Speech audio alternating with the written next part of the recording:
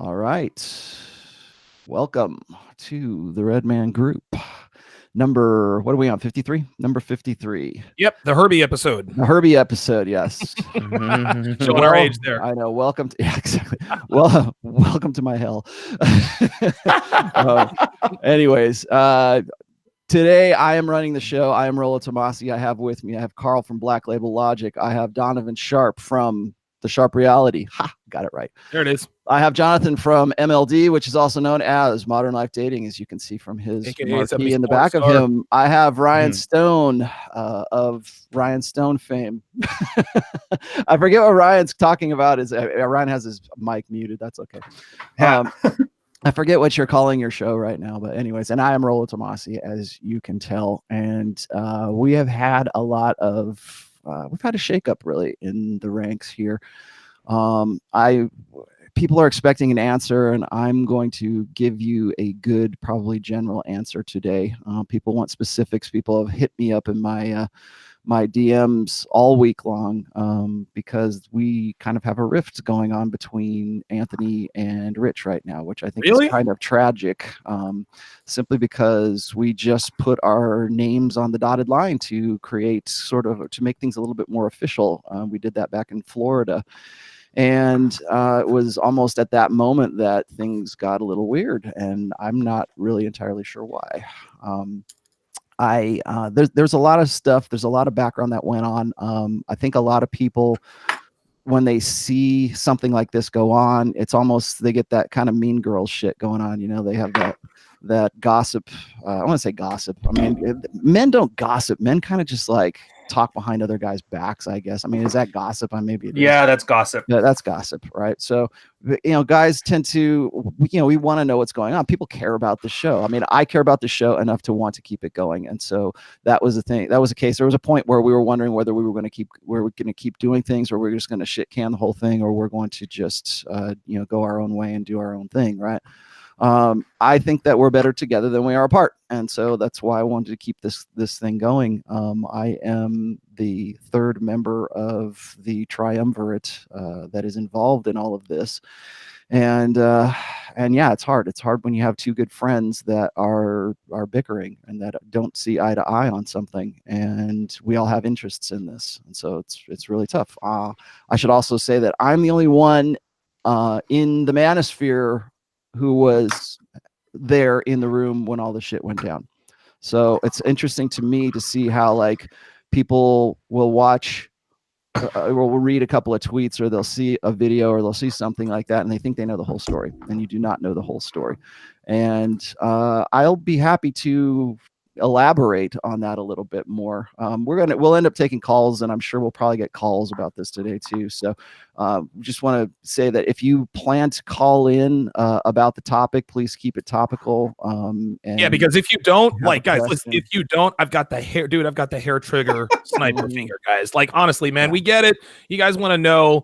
That's fine. We're all going to give our little, 30-second take on this, but we're not going to sit. This is not gossip column. This is Redman Group episode 53. If you guys want to bullshit about it, that's fine. But I mean, come on, let's not act like women here. Right. Exactly. Okay. And I just want to let everyone know that the show will go on.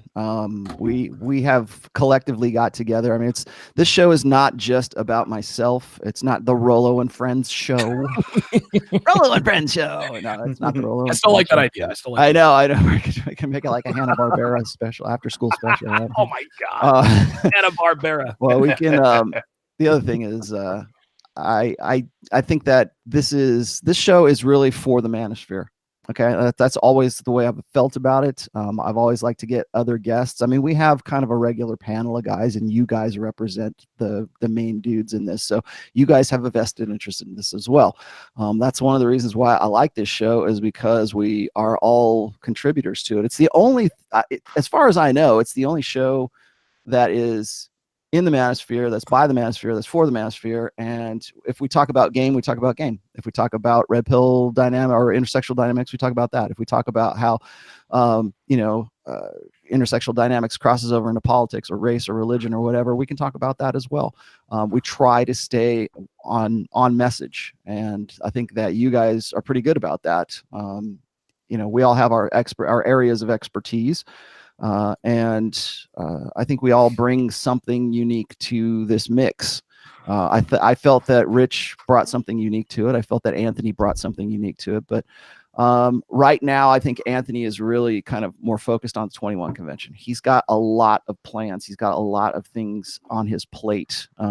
People say, well, he's, people only know about some of the projects that he has going on right now.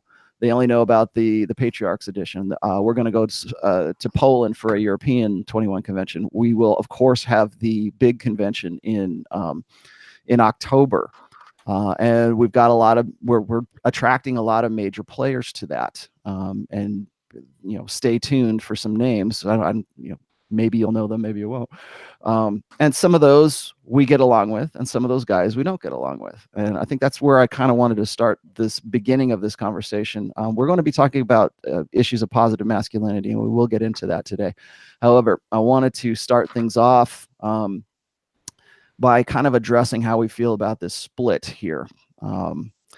These guys are both my friends, right? I mean, I consider all you guys my friends, really. And so, like, if Carl was going at it with Ryan, I would be just as upset or just as concerned about that kind of, getting together and seeing eye to eye as I would with anything else. And unless it's about my shirt, you son. Yeah, of course. Yeah, whatever that's where you cross the line, dude. Yeah. That's where I think it's not. Yeah. Apparently, I need to. I don't think it's an adult man thing to handle this shit in public. I mean, that's one of the things that I'm left with after this past year. Every month there seems some guys feel the need to air dirty laundry in public. And I much prefer if it's handled behind the scenes, just because it makes everyone look bad. Right, and I agree with you on that. And I didn't think I felt it could have been handled a bit more privately amongst our group, amongst the speakers, amongst. I mean, it's hard to say that we're all some sort of corporate entity, because we're not. We all have our own separate, like, we're the super friends, right? I mean, we're the Avengers of the Red Pill. We have our own individual comic books, and then we have the Avengers comic book, which is what the Redman group is, right? Yeah, we all come together, and we and that's what we do. Thanos. Yeah, exactly. We band together and fight the common enemy, right? But I agree with you, Carl. I think that it probably just to maintain a public cohesion or something like that, it probably could have been handled a lot better. Professionalism. Professionalism. Here, I hope you don't mind. I'll cut you off here. Go ahead, please do. I want you to. I mean, that's again. Yeah. It's not. Carl comes from corporate. I come from military and corporate. We both have been in a situation where you have no power in a situation, and you're going to learn a skill. And this is for. I always try to bring it back to practical. What can the audience take from this? It's called followership. It's the ability to be led. Now, I'm not going to take sides on Anthony or Rich. Basically, right now, if either one of them died, I think it would be a huge hit to the manosphere. And so I'd like to keep that in mind. At the same time, women talk about people, men talk about things.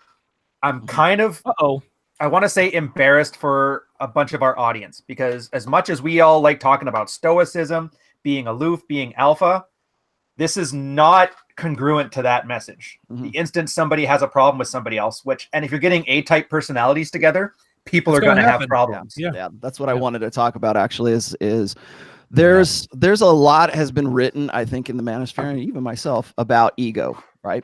And we tend to, I talk about ego really in the feminine for the most part, because women's ego usually kind of conflicts with her id, if you follow along with the Freudian side of things. But it's not to say that men don't have egos too. And one of the things I've always had a big problem with, particularly with the PUA set, is the PUA set tend to think that you should kill your ego. Like, you should just be completely egoless, which is absolutely stupid. Because if you were to kill your ego, you would be dead. The only way that you can't make yourself in some way, no one is truly selfless, I should say. No one doesn't think about how things are. That might not be your mental point of origin, but even codependence or seeking validation exactly. For themselves. You're always going to be like, that's another kind of conflict of, well, I guess it's sort of a paradox of. Thank you for that super chat. That paradox of thinking about yourself versus thinking about others. And I think people, when they say they want to kill their ego, they do so from a very good perspective, but I don't think that they realize the mechanics behind it. The other thing is, like, when you get guys together like us, and we all have our own brand of me, and I talked about the brand of me in my State of the Manosphere address. This is exactly what I was talking about. It's like people are going to have a conflict between the brand of me versus the Manosphere versus like, I would never presume to speak for the Manosphere. I know guys want to come up to me and they value my opinion about things. They think that there needs to be a leader. Like, the mainstream always wants a leader. They always want a face to apply to a movement of some sorts. Yeah, they want that. And then, but you don't get that. I'm not the leader of the Manosphere. Roosh is not the leader of the Manosphere. Paul Elam is certainly not the leader of the Manosphere. Hell no. But that's who the fuck is that guy? But who the fuck is that guy? But they want to put his face. Dude looks like Charles Manson too. He looks like a fat Charles Manson. Yeah, they want to put him as like the face of the Manosphere, or the face of the MRAs, really, because they need something. They need an image to either hate or to rally behind it. I'm not going to be that guy. At least not in that sense. Okay. I would not presume to speak for anybody on this panel. I would not presume to speak for anybody in the Manosphere, really. I mean, it's your own thing, but we're a movement, but we're decentralized. And I think that really a lot of movements right now are in the same way. MGTOW is the same way. Feminism really is the same way. There's some thought leaders in feminism, but there's no like face of feminism right now. I mean, maybe in the past there was, but like right now, particularly in the internet age, it's so communication is so broad right now that nobody's going to end up being the one and only voice of authority for that particular movement. What I was going to say is, when you get guys together, when you have that many egos in the room, something's going to grate. Like, and I don't want to talk about people here because I know Ryan just said that, but like there were some personalities, and Ryan knows this. There were some personalities, and I'm not going to name names. There's some personalities at the 2017 21 convention who you could tell right away wanted to simply just talk about himself the whole time. Right? Everything was how can I direct this conversation to be about me. And I think lovely individuals. There needs to be, although I don't think that it is possible to kill your ego, I do think that you need to sort of keep your ego in check, because everybody has something to contribute to that. It's funny. I actually wrote an article on that one. I used the photo of when you first got swarmed by people like an Insta-thought every time you'd walk into a room about authenticity. I used the idea of everybody knows Mad Men, Don Draper. Everybody wants to be him because he's slick and he gets all the women. But in reality, that guy is Dick Whitman, the guy who's pretending to be that. Right. And I kind of noticed, like, yeah, everybody wants to talk about Jay Gatsby. Do this. But then if you can compartmentalize it, so you be the John Hamm, who's the actor who plays him. If you call him out on his ego, he's going to be like, what are you talking about? I'm just doing a role. Yeah. As opposed to Dick Whitman, who would lose his fucking mind and start crying. It was just something really neat I found there, and it was illuminating from the 2017 convention. I should also add to this that there has been some concerns about the interaction between MGTOW and the Redman group. Because no one has addressed this up to this point, I'm just going to go ahead and say this right now, is like there is no connection between the Redman group and anything that some of the, well, I'm not going to name names, but some of the luminaries of that particular movement. A lot of people are saying, well, Redman group is like poaching people from MGTOW, and like, we are absolutely 100% not doing anything like that, particularly not this show. And I think that needs to be, if you take anything home after this episode today, that there is no, well, I don't say no association, but there are separate entities. Okay. 21 convention is a separate entity. Redman group from here on out is a separate entity. Right. And we're going to, are we going to go speak at the 21 convention? Sure we are. But we are a separate entity from that. We are a separate entity from Entrepreneurs in Cars. We're a separate entity from the Rational Male. Okay. Like I said, we all have our own gigs. We all have our own brand of me, right? I'm the Rational Male. I do I do roll with Tomasi, 24/7 now. And I think that needs to be a distinction that people need to hear. And if you're in the MGTOW community and you insist on all this, believing all this bullshit, here's my declaration to you: is that the Redman Group is its own entity, and we will do and talk about whatever the fuck we want to talk That's about. right. We're gonna go our own way. Mouth, man. Yeah, we are going our own way. Yes, I'm a little. Well, I mean, and you guys know this too. I'm sick and fucking tired of getting, everybody thinks that the answer to everything is just typing in the letters MGTOW. That's it. All you got to do is just type that in and it solves all your fucking problems. It doesn't solve all your problems. It's the beginning of your fucking problems. So, if I'm going to talk about marriage, if I'm going to be on the Patriarch show, if I'm going to talk about, game, if I'm going to have Tate on here, if I'm going to have Jonathan on here, if I'm going to talk about things that are going to upset the fucking apple cart for MGTOW, I'm going to fucking talk about it because I think it needs to be talked about. It's not just, well, blow it off and don't think about it. It's there. It exists. These are the fucking problems that we have to deal with in this world today. You want to talk about, don't go and get, involved with a woman because you get me too. Okay, let's talk about that. Why the fuck is that? Why is that a thing at all? So I think we need to sort of say, you know what, we're going to talk about what we're going to talk about, and then we're just going to deal with it. Is that your dog, man? I was gonna say, man, my dogs are quiet. So anyways, I don't know if you guys have anything to say about that. Yeah, Carl's got a pretty good Carl's got a pretty good take on this. Carl he summed up what I thought as well, so I'd really like to hear what he has to say as well. No, my thing is just that I think one of the bigger problems with the manosphere, so to speak, is that we have too many guys who've never had a boss. And I sent out a tweet series yesterday about, the worst clients you could possibly work for. And they're the guys who they've never been in the military. They've never had a boss. They've never had to take orders. They've never had to kind of deal with other people, because what they do is if they disagree with you, they fire you or they stop associating with you. And one of the things you learn in corporate is there are a lot of cunts working in corporate, but you have to kind of work with them in order to do your job. So you kind of decide, okay, I disagree with this guy on everything, but him and I have been tasked with doing this thing, and we have to do it. Otherwise, we both get fired. And if you've never been in that position, you get the case where you have you get an army that's full of generals and there's not a single foot soldier. So you get a lot of guys huddling around the strategy table, and you have nobody there to actually run the trenches. And I think that's kind of been the issue with the manosphere. And a lot of guys have presumed to speak for the manosphere as one entity, and they're kind of view themselves as the representatives of the manosphere.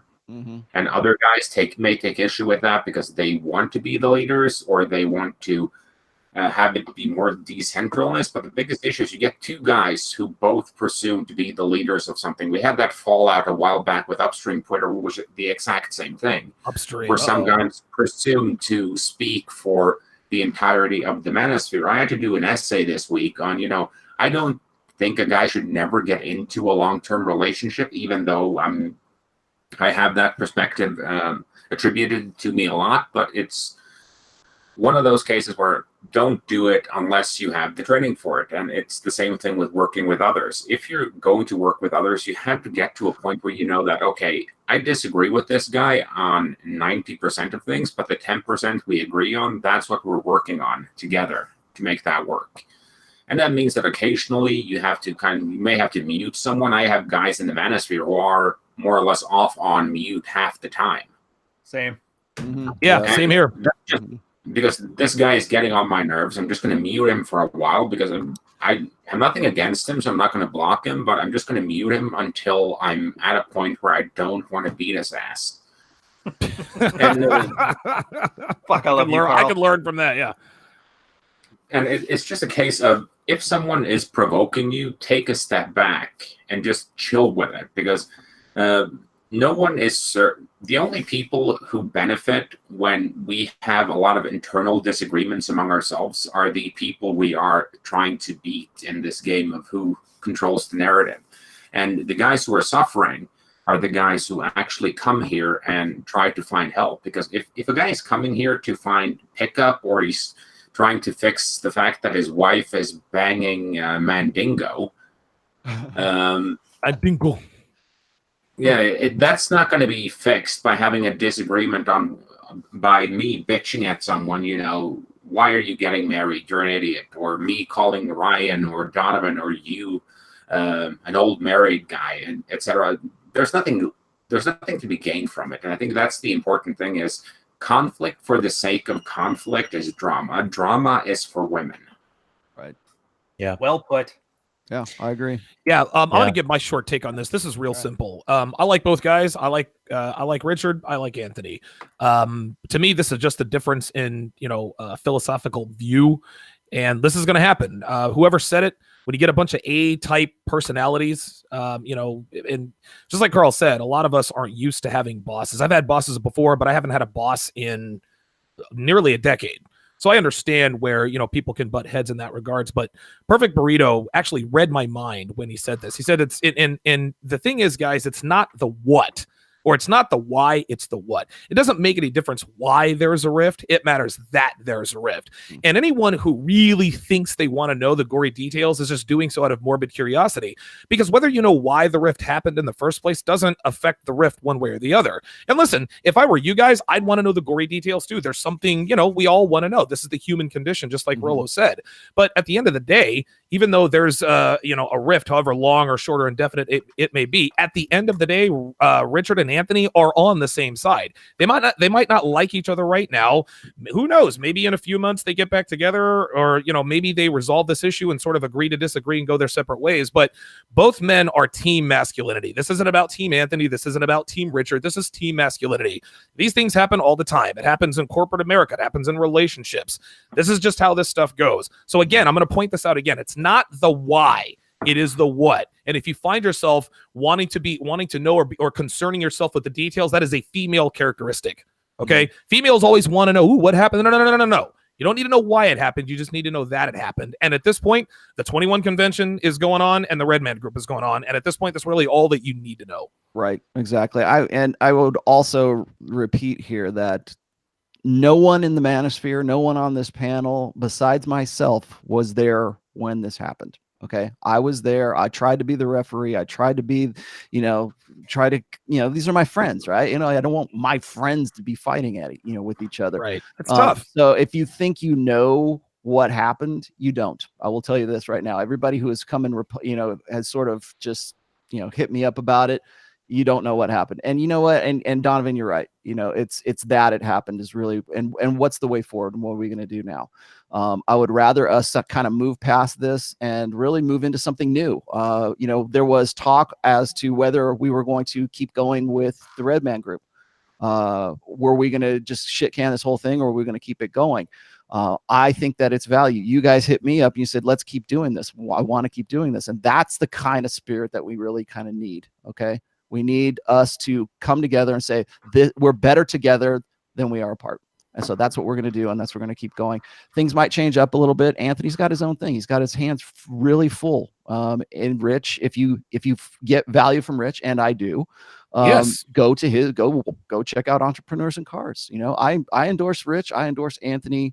If I'm going to be the one who is running this show, we'll see how it goes. I want to have you guys as hosts. In fact, I've always wanted to do that anyways. We also have the Patriarchs edition of the Redman group as well. We've got Hunter, who's, hopefully is going to be able to leave the nest and fly on his own pretty soon. Because I've had to kind of hold his hand through this whole thing, but he's good. He knows what he's doing. And that show's actually not doing too bad. So I kind of want to see that happen. We're also doing the Patriarchs edition of the 21 convention, which is coming up in May. It will be May 4th through the 6th. And yes, it is just as safe as any other convention we have ever had. Okay. Nothing has changed. Nothing is, we haven't, if anything, we got more security guards because we have more people.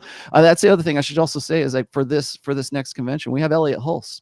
We're that's another name that we've just drawn into this whole to the manosphere, really, into the collective. I would like to have Elliot Hulse be one of our panelists here too. I plan on doing that.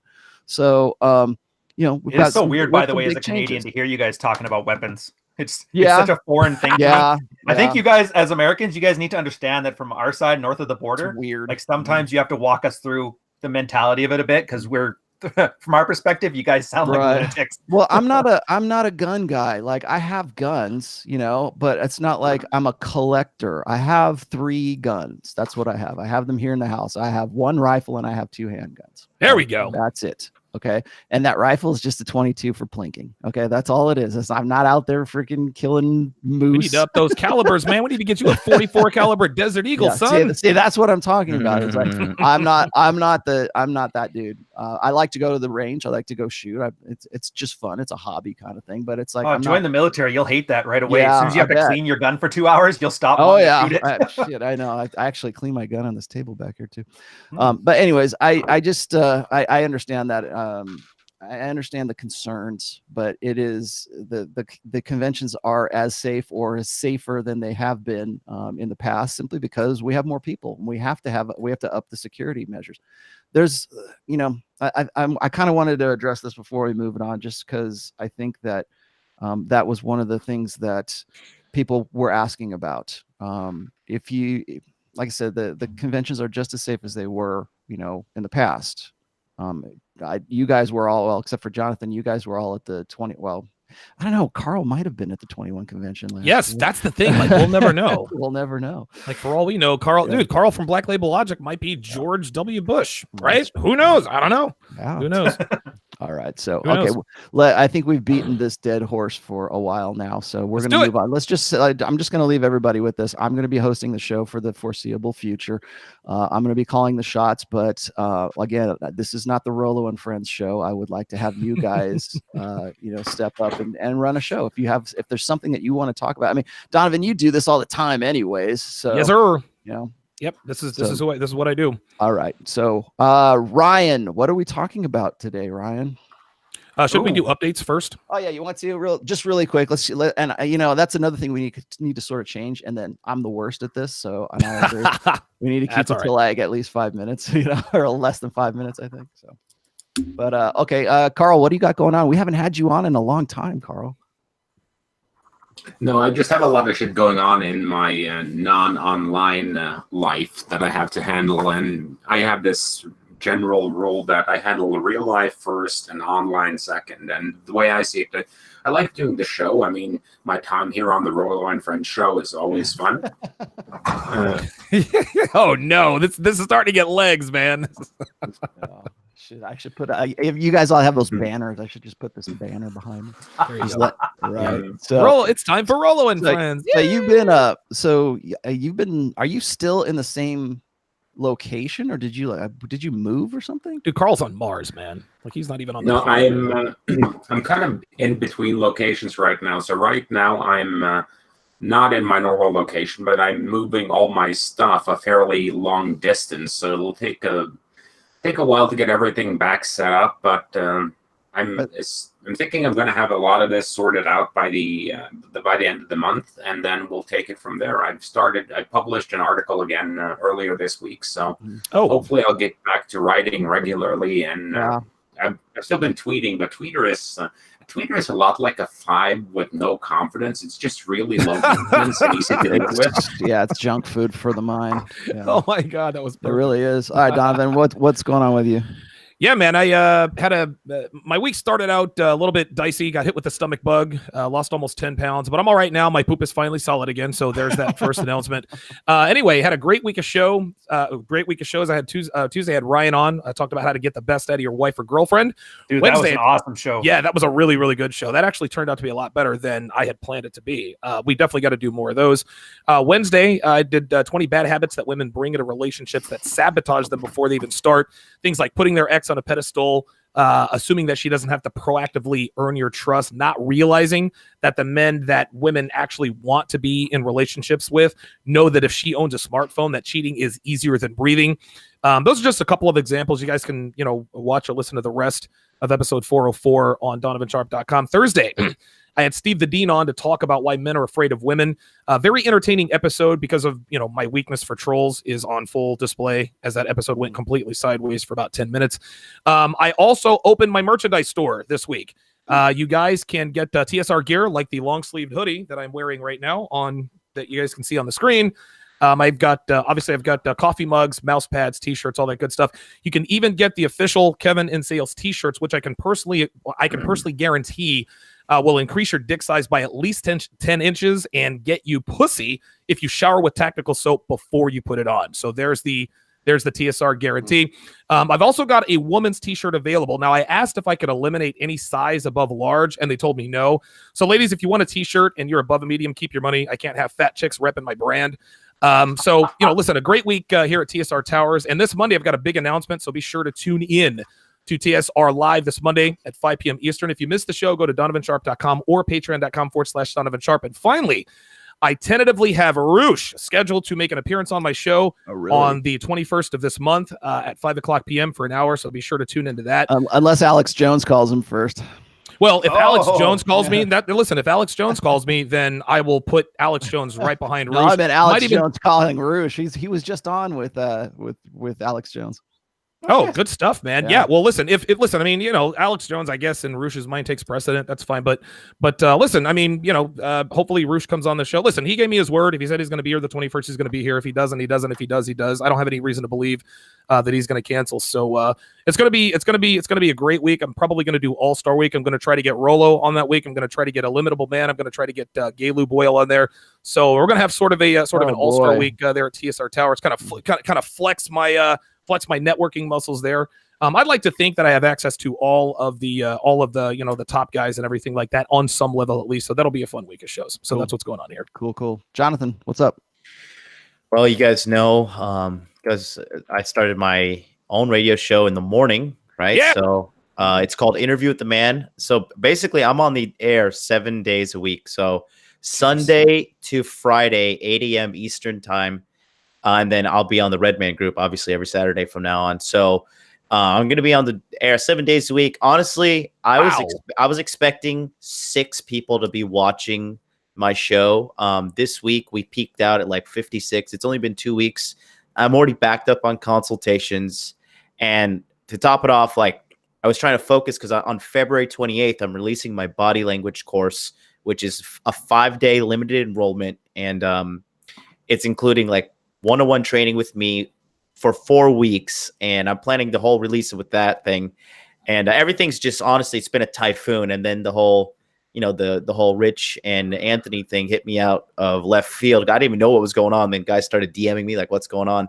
But the radio show is fucking phenomenal. I had Kyle Trouble on last night, and dude, it was fucking hilarious. We went for 2 hours. Christian book lady called in with all her problems, and I gave her advice and then asked for a DM of her boobs. We got a little.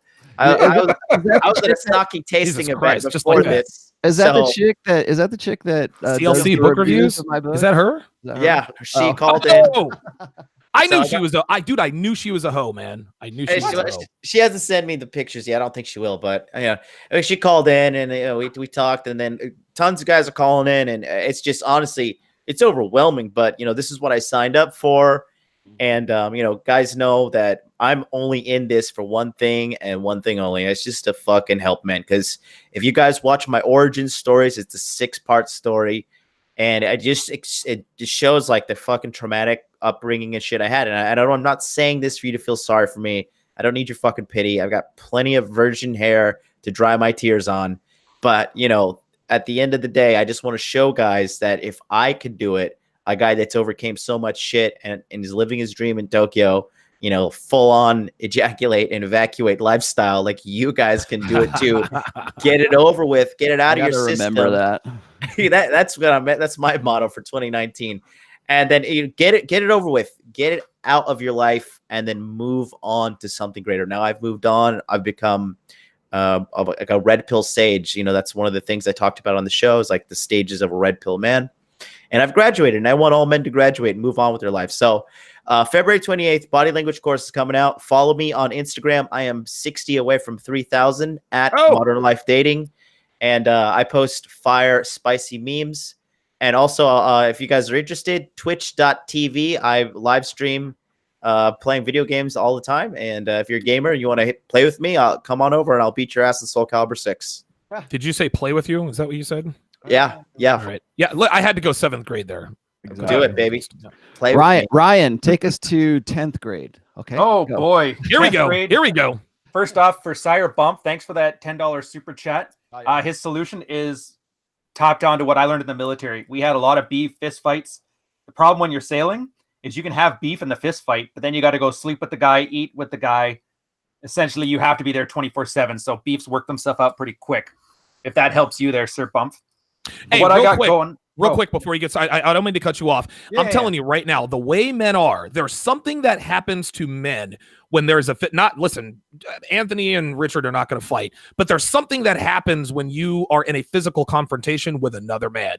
After you beat his ass or he beats your ass, you guys don't hate each other anymore. All of a sudden, it's established. That's what I mean. It's just weird how this happens. At the end of every fight, these guys, but before the fight, they talk all the shit about each other. They get in the ring, they beat their ass for 5 or 12 rounds, whatever it is. What always happens at the end of the fight? They throw their arms around each other. Hey, you did great. Say hi to Dana and the kids for me. Let's go out for a couple of beers. Let's go bang some strippers tonight. This is how it is. Right. Do you remember that part in the Matrix when, I think it was the second Matrix when Neo fights Seraph?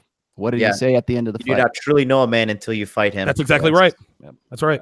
Sorry, go ahead, Ryan. Yeah, no, it's fine. So what I got on the go, if you guys don't know, it's on the back burner, but I'm trying to get all my old blog material put onto the new blog at ryanstone.com/blog. I absolutely hated my writing, but a lot of people come and tell me they used to devour my content, so I'm working hard on that. The newsletter is still going strong, ryanstone.com/newsletter. I send out emails 5 days a week. It used to be 6, but the Redman Recap, a private podcast for the Patreon subscribers, is taking over my Saturdays. So I didn't feel like talking about what we're doing this episode 3 times. 2 is enough.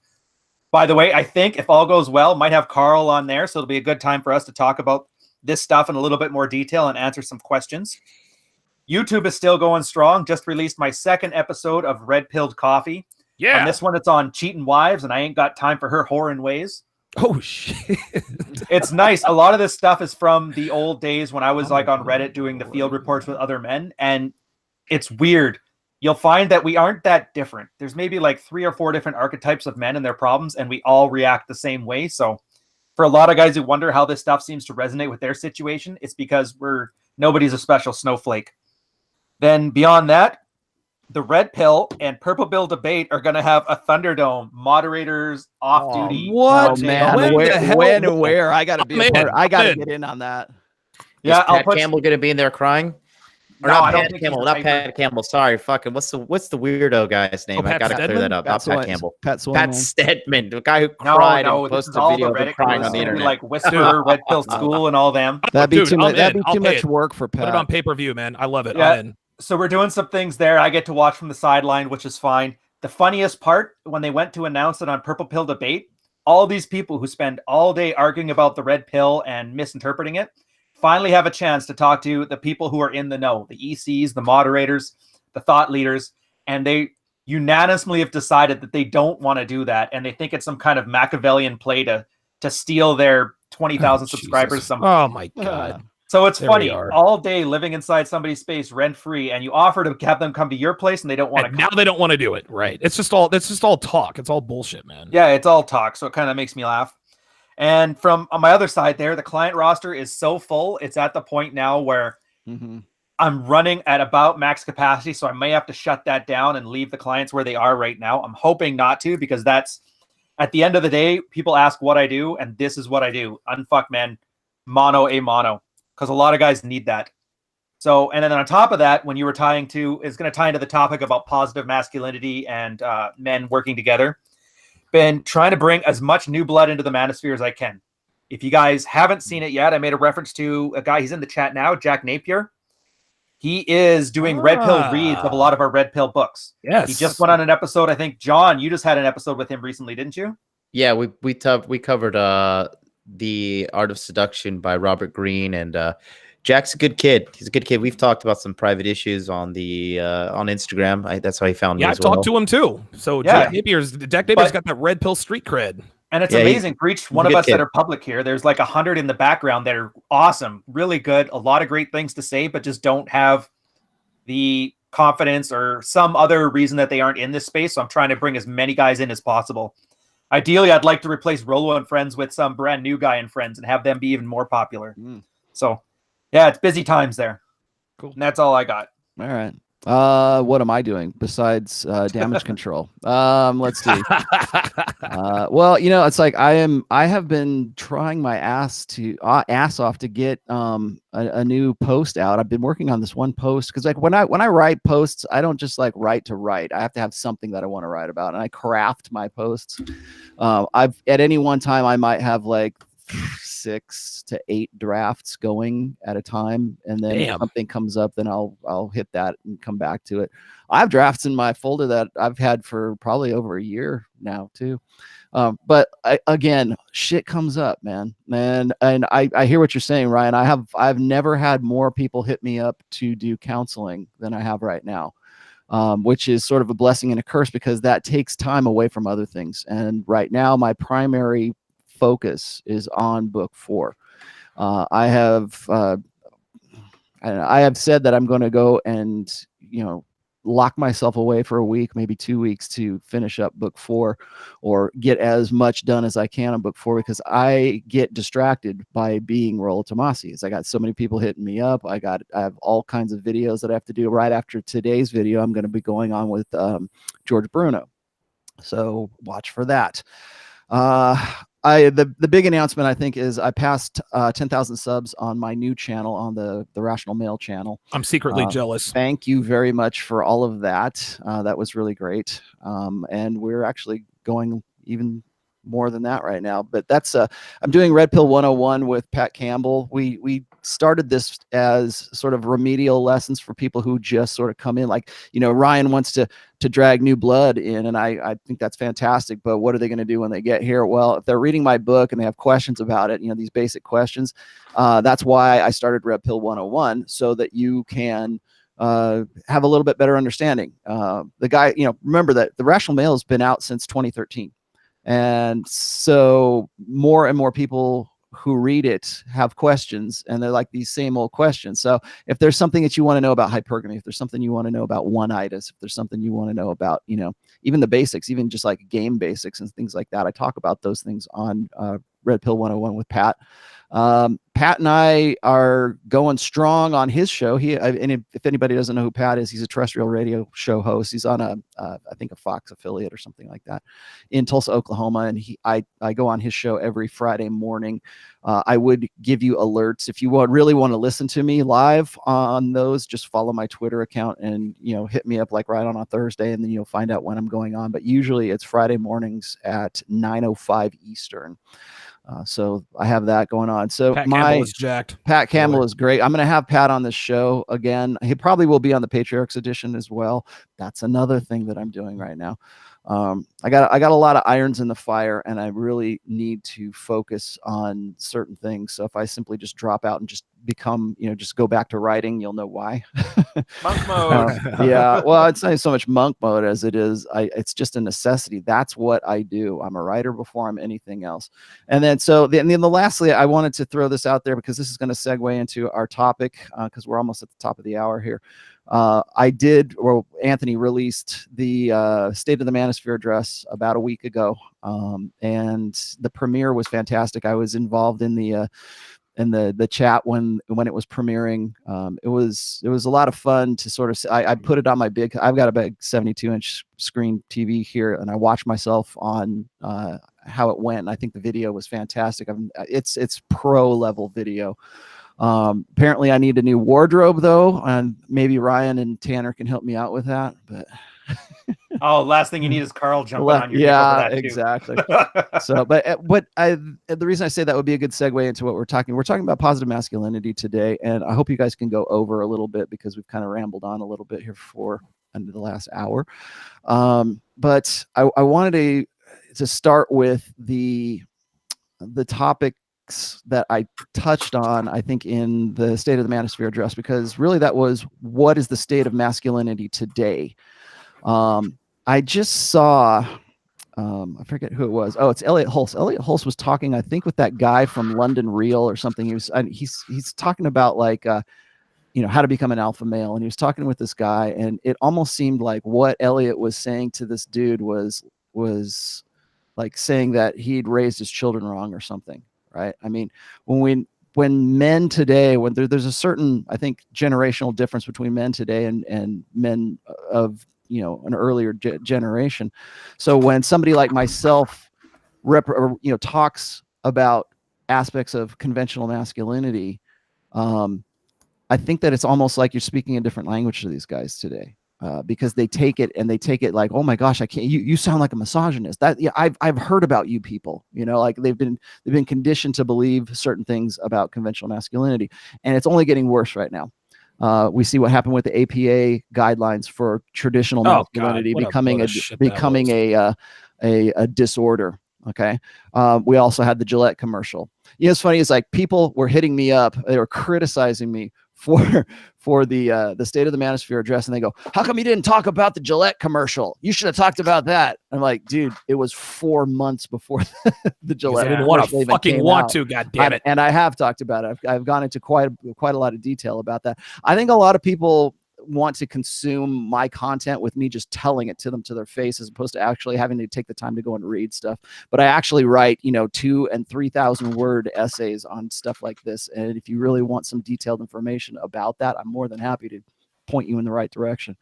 But I think really I'm not really sure where we should start with this. I think that conventional masculinity has some distinct aspects that are unique to men. I think that masculinity is something that is unique to the male character. And I think that there has been a push to sort of make it something that's more general. Like, well, women can be masculine too, right? Or listen, women can be masculine. Listen, women can be masculine too. It's just not a good look. Right. Well, it's repulsive. I was looking at this commercial for the Super Bowl, and it was the black girl who wanted to play football in the big leagues. It was a Toyota commercial. 160-pound black girl. Yeah, exactly. And I'm like, okay, what are we doing, guys? Really? That's the thing, is we're encouraging her to get killed. This. Yeah, you're encouraging her to get killed because there's certain realities that are going to get in the way there. But what is that saying? That's saying women can be just as masculine as men. And the thing I'm writing about right now is blank slate equalism. I've written several articles on this before, but not in the way that I'm about to present this.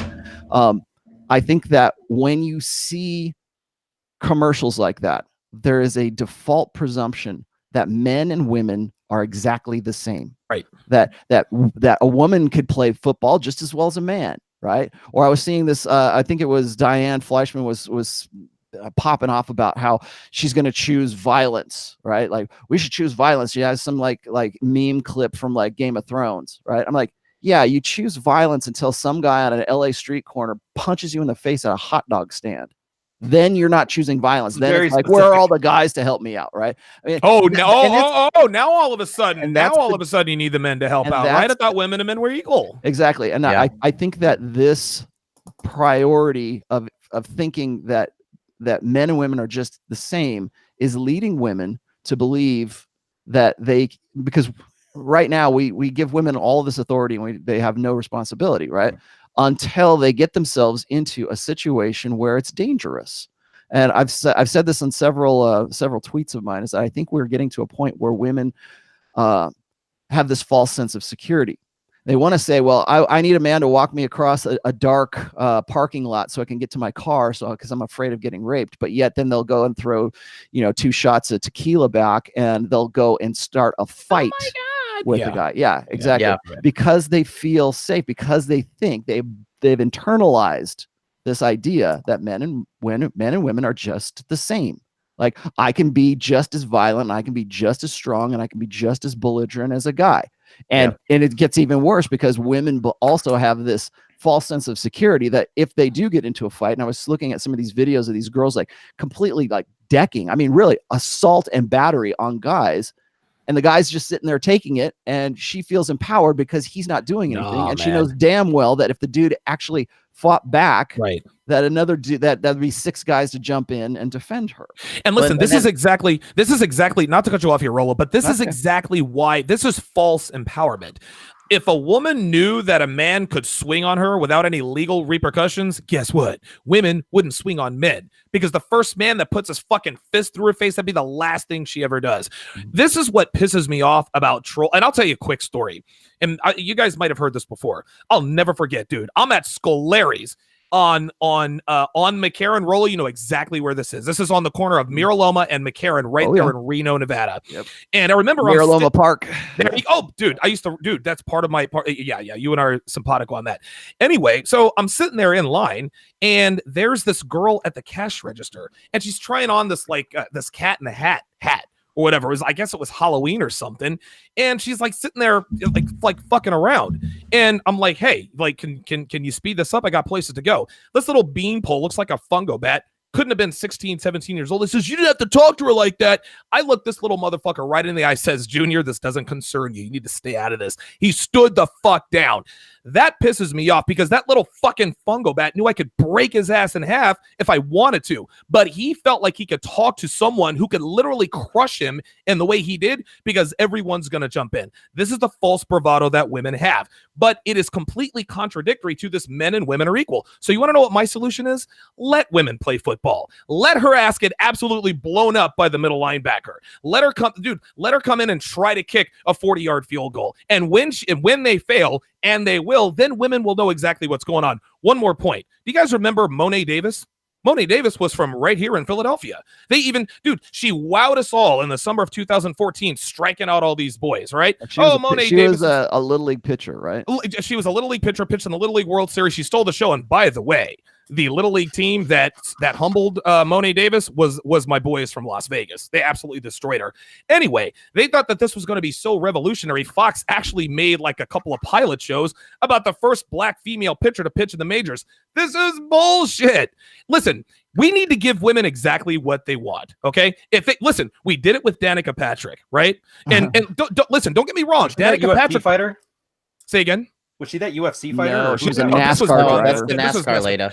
Listen, I'm not going to take it all away from Danica Patrick, because I watched the 2005 Indianapolis 500. Danica Patrick was in the lead with five laps to go. And of course, the late, great Dan Weldon, God bless his soul, he died a few years later. He ended up taking her and winning the Indy 500. Danica Patrick finished 4th. That's the best finish she's ever had. She makes the jump to NASCAR. She was an abject disaster. She can't drive a stock car. That's all there is to it. So in order to squash this, I say let the women play. Let them get crushed in these boy sports. Only then will they realize that they can't play with us. One more point. Serena Williams, and this story is famous. Greatest female tennis player of all time. Is she the greatest athlete of all time? No, she's not. Because I think her and her sister Venus played against like the ranks 750,000 15-year-old juniors. Right. These kids were hungover. Just got done from a frat party. Wiped the floor with the Williams sisters. Women are not equal to men. That's it. But if they want to insist on doing it, I say let them play so that they can see. The only way someone is going to know that the stove is going to burn your fucking hand is to let them put their hand on the stove. That's the only solution. Yeah, Danica was hot. She's now dating Aaron Rodgers. Go ahead, John. I just want to chime in, like, for you guys that are actually physically fight. I do jujitsu and whatnot, and I have fought a purple belt man and I fought a purple belt woman.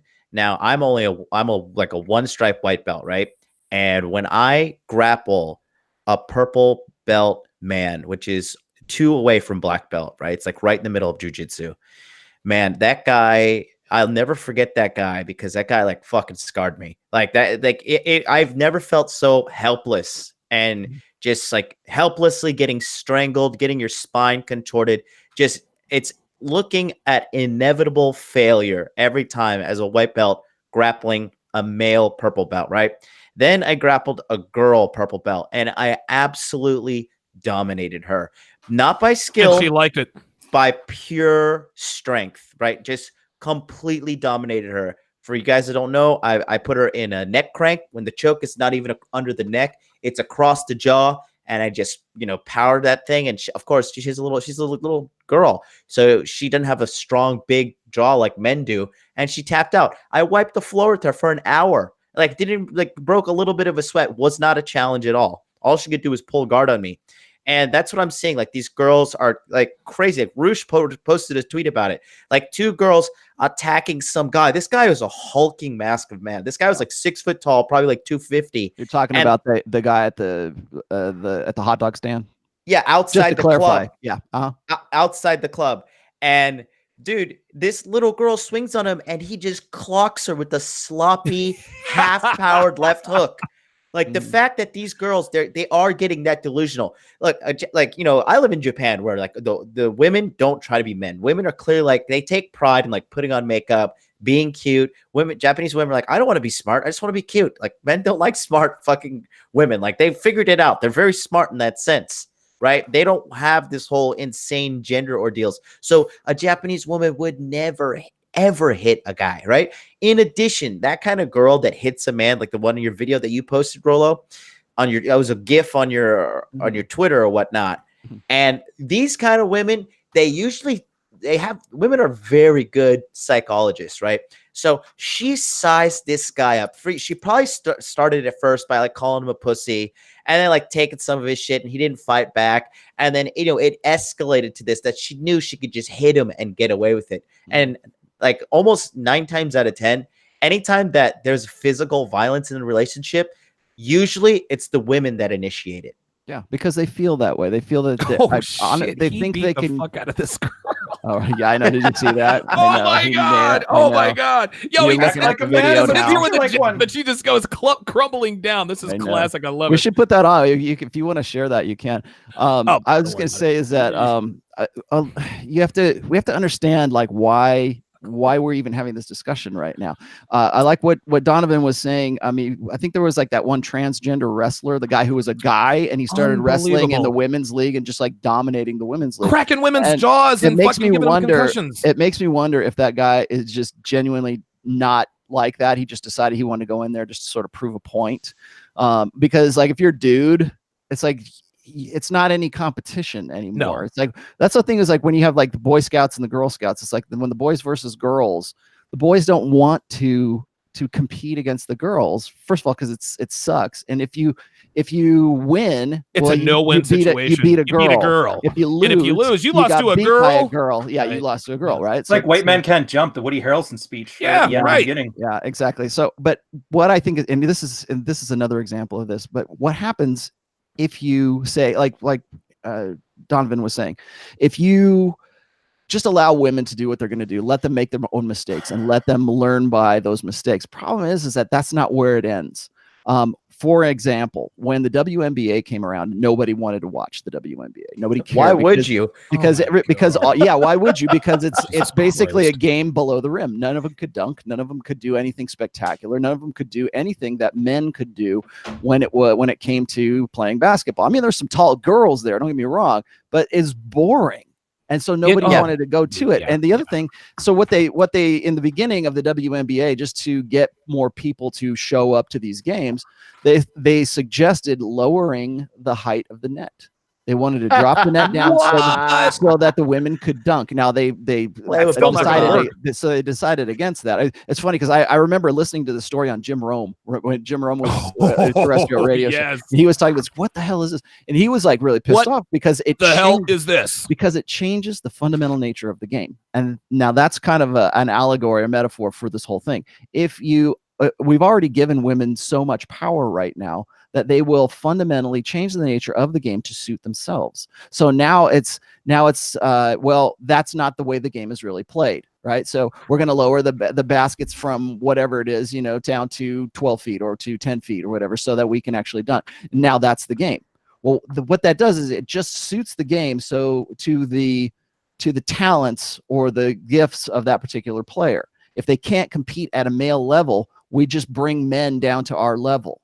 And so you fundamentally change the nature of the game. Now, the reason I'm saying this is because we've done that with so many different things right now. We don't encourage actual real life competition anymore because we don't want to offend the sensibilities of women, because we live in a feminine primary social order right now.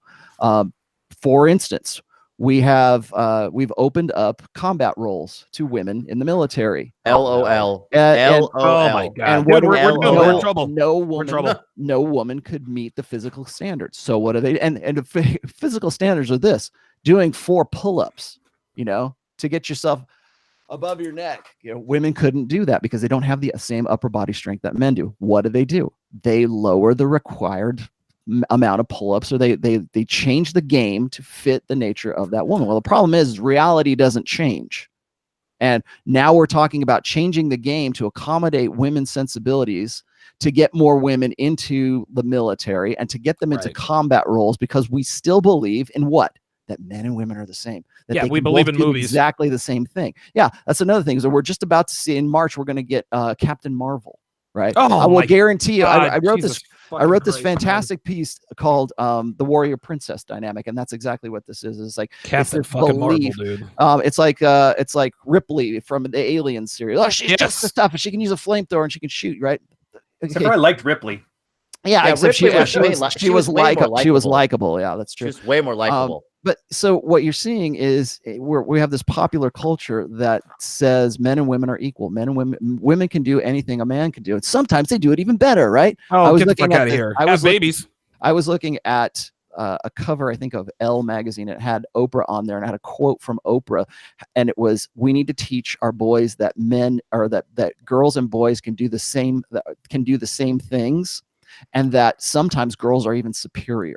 Oh, right? You got to be fucking. They're already changing that narrative, and I wanted to sort of get into this too, is because right now we're seeing, particularly in the 2019 to 2020 election cycle, we've already seen it with the APA ruling. We've already seen it with the Gillette commercial. We just saw it.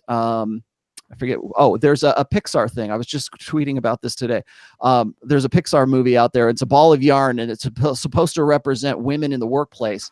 And it's this complete parody of these guys who are like, they work for a company called Bro, BRO is the name of the company. And it's this straw manning of masculinity. And what I really see happening is that I see that mainstream society is trying to demonize conventional masculinity to such a point that by the time the 2020 election cycle is in full swing, that people will hate men and it will hate masculinity so thoroughly that they will feel that it's their moral obligation to vote for whoever the female candidate is for the Democratic side of the ticket. And still they're going to lose. I can fucking bet my life on it. But in the meantime, and even if that's true, John, even if that's true, they are still creating a state of gender war. They're still creating a state of gender division that we've never seen before in human history. This is the problem. This isn't gender division. This is Cold War. Cold War. Okay, right. Cold War. But this is the thing. This isn't men versus women. This is men versus women and other men. Mm-hmm. Women can't do anything without men. Period. Yep. That's it. I said this a long time ago. Women can't even do feminism without men. So what the fuck makes you guys think that you guys can do anything by yourselves? Cool. The only thing women do when they're by themselves is destroy each other and everything around them. And if you're within their blast radius, you get hit with the shrapnel. Right. That's it. We saw it in the Gillette commercial. Men need to hold each other accountable. Women need men to wage this quote unquote gender war. That's all there is to it. Go ahead, Carl. Yep. Let Carl go. I think the narrative here is a lot like how Ryan uses seasoning on his cooking show. It's fitting but a bit heavy-handed. I think that's kind of the problem with it. It's that it's becoming a parody of itself. And I saw this on some guy tweeted out that I can't tell the difference between the real Antifa groups and the parody Antifa groups. And that's where we're getting. It's becoming so ridiculous that they're their own parody. And within our little echo chamber, so to speak, here, we see it all the time. But when you go out into the world, I mean, most people do not take this stuff seriously. Even I think the Marines did like a multi-year study on women in combat roles, and they found out that they get more hairline fractures, they get more injuries, they get more more problems with performance when they're under heavy load. Like a full-on combat gear is not exactly, you can't just tell a woman, okay, just take half your ballistic vest if it gets too heavy, or just take half the ammo or half the food. So you still have to carry the same amount of volume and weight. And in the end, when a man jumps, let's say you scale a wall and you jump back down on the other side, men have stronger bones. Yeah. We have better upper body strength. I mean, there's I have this data point kind of graph that goes into the details as to why men were or evolved for combat. And there's like bone density is another one. The upper body strength is another one. Oxygen uptake. There's so many like physical differences between men and women. I think that's where this all comes down to is when even if we're going to talk about positive masculinity, you have to take into effect that women think that masculinity is just a set of attributes. It's not physical characteristics. They want to redefine masculinity to be to fit their game, just like what I was talking about with Donovan right now. They want masculinity to fit into a game that they're creating. Right. So if you believe that men and women are the same, and they have to keep believing this, and that's one of the reasons why you see even scientists like somebody like, say, Steven Pinker, can only say so much without being censored right now, because it goes against that narrative. It goes against the idea that like men and women actually have neurological differences. We have physical differences. We have psychological differences. We have mental firmware differences. And right now, the only way that they can institute the changes that they want to make in society is to ride on the back of this belief that a blank slate equalism, like men and women have to be the same. And if they, and the other thing is gender is a construct. That's another hot topic, I think, is they want to say, well, anybody can biological be, construct. There's 68, 72 some odd different genders, and oh my God. Yeah, I think that's kind of ludicrous, but it's social constructionism is what it is. But I think that and I wanted to get to this too, as far as positive masculinity is concerned. There is, and I know that NPR is going to fuck this up, but there's an NPR poll for there, I retweeted this if you're looking for what I'm about to say here. There's a link to, I think it's called StoryCorps is what they call it on NPR, and they're doing a story on masculinity, and they want people to either like call in or send in an audio file answering these particular questions. One of those questions is, do you think that that masculinity is under attack? Do you think what is masculine? What does masculinity mean to you? And so I'm trying to think about this and how I'm going to answer these questions. And I keep coming back to what is it? This book right here, like both of Jack Donovan's books, or actually he's got three, but these two books, he really goes into detail about how masculinity is defined by men for men, but yet the mainstream media wants to confuse guys as to what masculinity ought to be. This is one of the reasons why I really have a real problem with groups like the Good Man Project, or the Are We Man Enough kind of project. There's these really well funded, well polished videos that are all they're doing is just reinforcing this narrative of confusion for men. We confuse our boys as to what is masculine and what is, what they should be doing. We're already demonizing it right now. We're already saying masculinity is bad. APA says traditional masculinity is even a mental disorder.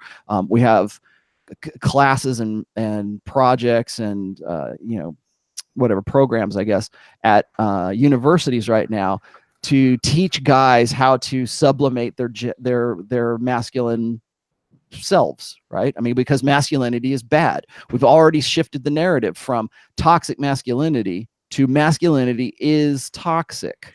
And I think that that's also part of a designed gender war, so that we will hate masculinity so much that we will elect a female president at some point. But I think that it's going to go further than that. I think this has the potential to go further than what they've intended it to be, because they're going to drive a wedge between men and women so thoroughly. And then what happens? Then you get the MGTOWs. Then you get guys who just like, fuck it, I'm out. Then you get something like Me Too, which is just simply a socialized weapon against men. It's gone. It's no longer, if it ever was, it's no longer about raising awareness to sexual assault or sexual misconduct or something like that. It is a weapon to be used and to be held over the heads of men right now. I would also argue that if there's any Democratic candidate who is male on the Democratic side, that guy will get Me Too'd. And so you will see it will be at least 80 to 90% of the candidates on the Democrat side will be female.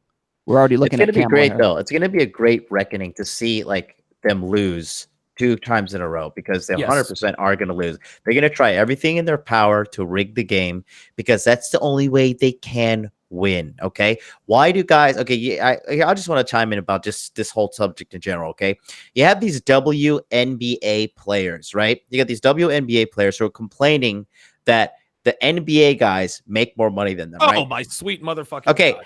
I'm not even a huge NBA guy, right? I could name 10 NBA players, right? If you had a gun to my head and we're like, I'm gonna blow your fucking brains out if you don't name me 5 WNBA players, I'd be like, well, I had a good run. I miss you, Mom. Listen, here's the thing. I can name 2. Listen, hold on real quick. I can name 2, Brittany Griner and Glory Johnson. And the only reason why I know those 2 is because they're a couple and there have been domestic violence accusations on both ends. And it's just like, and here, Rolo, I know you have your beliefs in regards to the gender war and everything, and I do agree with it. I just think that the incentive behind all of this stuff, okay, because if you trace every single feminist movement, girl power, body positivity, whatever, if you trace it back to the root cause, it only leads to 2 things: financial gain or political power gain in regard to female votes. That's it. Every single feminist cause, guys, out there, it's either to get more money or to get more political power. Women's March, look at it. What do you think? Those pink pussy hats are free? Those things are expensive as shit. And they're marching on Washington to get power for women, whatever the fuck that means. Like, American women have the most freedom and privilege of all humans. Real quick, Jonathan. Hey, Ken, dialect, shut the fuck up. Thank you. Yeah, so, that women in the United States, they've had the golden plate that any human could ever have in the history of mankind. American women don't have to do shit. And what have they done with it? They're the most mentally diseased women in the history of mankind. We got 25% of American women on prescription drugs, right? And that's just the women that have been documented. Now, you might say, oh, well, feel sorry for these women. But at the end of the day, what is it? It's just they're on drugs because they're easy to sell to. There's no cure in the fucking there's no money in the cure. There's money in the medicine. You keep them hooked. Right. What happened to them physically? They're the fattest women on the planet. Right, like I think what is it's like more than 40% of all American women are overweight. That's it's higher than that. They're on antidepressants too. Yeah, and that's unbelievable. That is unbelievable. So that's what I just say, guys. Just if you could take anything away from this, the reason why they're trying to attack positive masculinity is because it is harder to control and manipulate a masculine population. That's why they're targeting the women. That's why they're targeting the women. Women are easier to take money from, and they're easier to take votes of. You think Disney gives a shit about this? No, they're indoctrinating future customers. Why do you think Star Wars took the whole SJW feminist turn as soon as Disney bought them? Why do you think? Because Disney's some majestic, benevolent company? No, it's all about the money. That's all it is. Because they think we can indoctrinate these girls, because the whole Disney princess thing was a huge success. But one thing they didn't realize is that, hey, the Disney princesses were all thin, beautiful, and feminine. That's what made them popular. Well, what I was just going to say is like Pat Campbell and I talked about this on the show yesterday. Was in the State of the Union address, we see on one side of the hall there is every woman is dressed in white. And they all have their uniforms, and they'll all sit there like prissy little bitches and won't react at all until the alpha male of the group acknowledges them with throws them a bone, and then they get up and they start taking selfies and they start clapping for themselves, and it's all about that, and I agree with you too. I agree that there is certainly a monetary aspect of this as well, but there's also a power dynamic to this. And what I've always said is that this is the sisterhood uber alles. It's the sisterhood above religion. It's the sisterhood above politics. It's the sisterhood above race. It's all about the women. And if you recognize women as being, 58% of the jobs, I think that were just newly created last year, 58% of them went to women.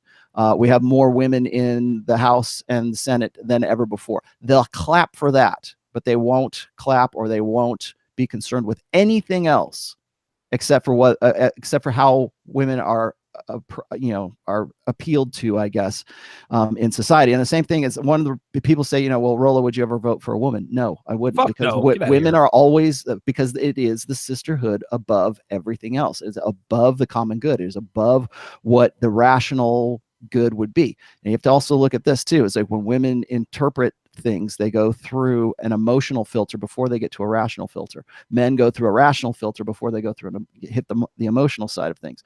I think that the more women that come into power in a social sense, you will see, not only will they be only concerned with the concerns of women, but they will always interpret those concerns through that emotional filter, through that socialist, collectivist filter. I was just talking about this yesterday with Alexander, if anybody wants any further on that. I wanted to talk about a couple of things here though, because like we can talk about, how, we got a gender war and everything, but and how masculinity has become misaligned. But I wanted to get you guys' take on, like, what would you guys say to that NPR article? Like, when they're saying, what is masculinity to you, and are there attacks on masculinity?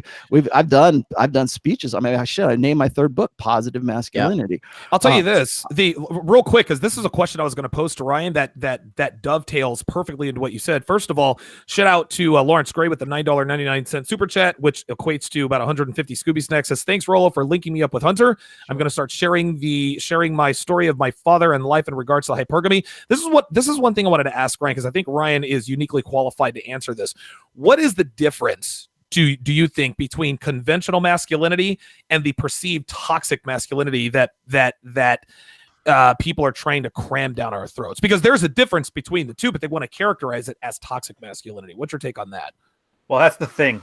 This is the one thing I loved about the Black American community, is it came from the old pickup days. Do you remember? Rollo might remember this. The saying where Black America is 10 years ahead of normal America when it comes to this game. Yeah. And I remember this toxic masculinity thing. They used to call it super predators, and everybody kind of knows what that language means. So when people talk about toxic masculinity, I mean, there's two parts to it. One, if you're a feminist that has a weak dad, got rolled over by mom, maybe dad left, whatever reason, you're going to have daddy issues. So naturally, everything that your dad was to you is toxic masculinity. Right. So everybody is a surrogate of that man in your life. Or middle-aged soccer mom, same thing. That ex-husband that got a younger, hotter girlfriend when she finally nagged him out of the house. That's toxic masculinity. It's not so much, and this is, if I take it to the macro now, when you say, don't listen to what a woman says, watch what she does, I think it applies on the macro level here too. That when they're calling guys toxic, they're not actually calling you toxic. They're projecting their beef with a particular man onto all men. Wow. So when you really can't take it at face value, and if you start arguing at face value, you make it real. So now the only reason toxic masculinity is a thing is because we acknowledged it as a thing. If we had laughed women out the room from day one, never would have got any traction. Well, toxic masculinity, when people throw that out there, I always say there's no such thing as toxic masculinity. There's only masculinity, and there are aspects of it that are convenient for the feminine imperative. There you go. And the ones that's not convenient, that's toxic masculinity. If it's not convenient, whatever or if it points out unflattering truths, whatever doesn't work, if it points out unflattering truth, that's toxic masculinity. So something else I say. So listen, something I say, the guy. difference between a healthy relationship and a toxic relationship, a healthy relationship in a girl's mind is a relationship when it's easy to cheat. A toxic relationship is defined subconsciously as a relationship where it's not so easy to cheat. So there you go. So I'll put it this way to answer your question, Donovan. If you think about all your guys' problems you had with sports you just talked about for the last 15 minutes or so, yeah, consider that as the exact same thing as what Gamergate had. Oh, yeah. Now, the only I remember difference is people would arguably say that Gamergate people are more toxic as far as masculinity goes than sports ball people. Right. But those toxic masculinity people actually pushed back, hence why they're toxic, which is exactly what Rolo was saying. Yeah, it's if just it's a not manipulation. my interest, yeah. It's just a manipulation tactic to shut us up. Yep. Now, if sports ball people started acting like Gamergate people, they'd get a lot of negative press, but women wouldn't be trying to tackle. I name somebody in football. I can't think of anybody right now. 160-pound woman tackling, I don't know, LeBron Johnson. LeBron Johnson. Todd Gurley. Let's go with Todd Gurley. Let's go with Todd Gurley. Todd Gurley. There you go. Yeah, so it's not toxic. Same thing as, like, I always go back to the Arab Spring example. Do you know what the Arab Spring was? It was an incel who lit himself on fire. A guy who went to university, never got a wife, never got a woman, had no chance to make enough money to get one, got bullied by a female police officer, and then finally just had enough and lit himself on fire. And there was enough of the incel men, like involuntary and celibate, and had enough problems with the government that they essentially tried to uprise Tunisia. So they don't between them and Gamergate is how serious the grievance is. In their case, they wanted food. Gamergate's like, just let me play my video games and leave me the fuck alone, woman. So that, if that answers your question. And then just to go back to what the original question which Rolo posed, like, what is masculinity? And in my opinion, okay, my life has been a kind of a testament to this, but masculinity, in my opinion, all right, and this is why guys get in fights and get in rifts and whatever with each other, okay?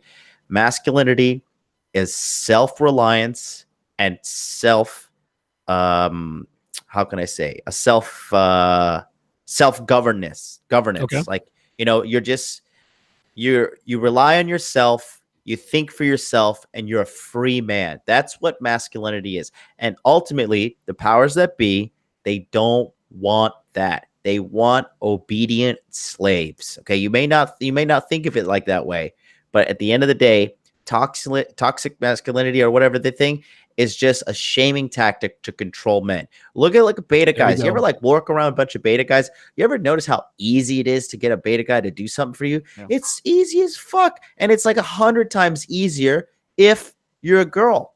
They're so easy to control. Masculine men cringe deep inside when you tell them what to do. All right. Yes. Every single masculine man, even if he has to fucking do it, some guys will just not do it just to spite that. But at the end of the day, being a man, in my personal opinion, is being self-reliant and a free thinker, being able to freely think and dictate life on your terms, whether you be right or wrong. It's the ability that you have to be a free thinker and just, you know, be your own mental point of origin, kind of as Rolo says, right? Because everything that I do in my life, it is directly calculated to how it's going to affect me. 100%. How it's going to affect me. And that's my personal definition of masculinity. When I saw this question from the NPR, you know, StoryCorps thing, and as soon as I'm done here, Carl, I want you to shift gears here a little bit because I know you've been waiting. I instantly thought of Jack Donovan, because Jack Donovan has always had, I think, and especially for, you know, a guy of his persuasion, I think that he has such a grasp of what it is to be masculine. I just want to, this is what I was going to actually read to the StoryCorps people at NPR. He says, masculinity is tragic. Masculinity is a lifelong struggle, a gauntlet run against nature and other men to demonstrate virility and prove one's worthiness as a man in the eyes of other men. Masculinity is a challenge to honor that ends only in death. A challenge to win, coupled with a guarantee eventually even the best men will lose.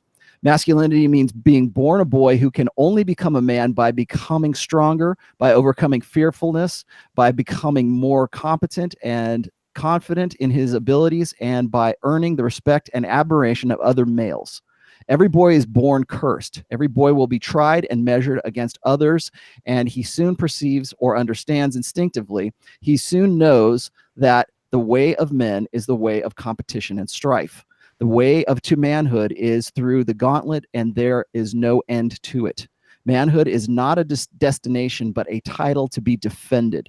The idea that a man should be secure in his masculinity, quote unquote, is a bourgeois fantasy invented by therapists and repeated by women. Ooh. Every king, every chief, every world record holder, every silverback gorilla looks over his shoulder. Being good at being a man just means the challenges get dialed up and the challengers become more formidable. Now, this is the part I wanted to sort of throw out here. This gauntlet must be run whether a boy likes it or not, whether he accepts it or rejects it. And I think a lot of guys right now are being encouraged to reject it, just like what Jonathan was just saying here. To reject the struggle is forfeiture. Avoiding the struggle is an acceptance of defeat and a demonstration of spiritual cowardice. How does that work into what I talk about when I talk about the burden of performance? There are some who will applaud this kind of forfeiture as if it were courageous, but they are despisers of masculinity and strength. They are foolish women or failed men or deceitful manipulators who prefer men to be passive for reasons of their own. That's the part I wanted to read for that. I think that's a really good, that's a good starting point, I think, for what is masculinity. It is not a destination. It's not something, well, it's something that you have to constantly stay up with. Like, as good as you are, you're only as good as your last success.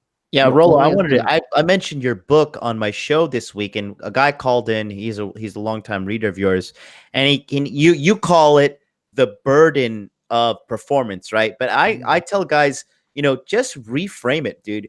That is the privilege of performance, because I sure as fuck never want to be a woman. Okay. I love every single goddamn day being a man. All right. At the end of the day, it is a privilege to be a man. There is male privilege, and thank God I hit the genetic home run, baby. All right. I am loving life as a man, guys.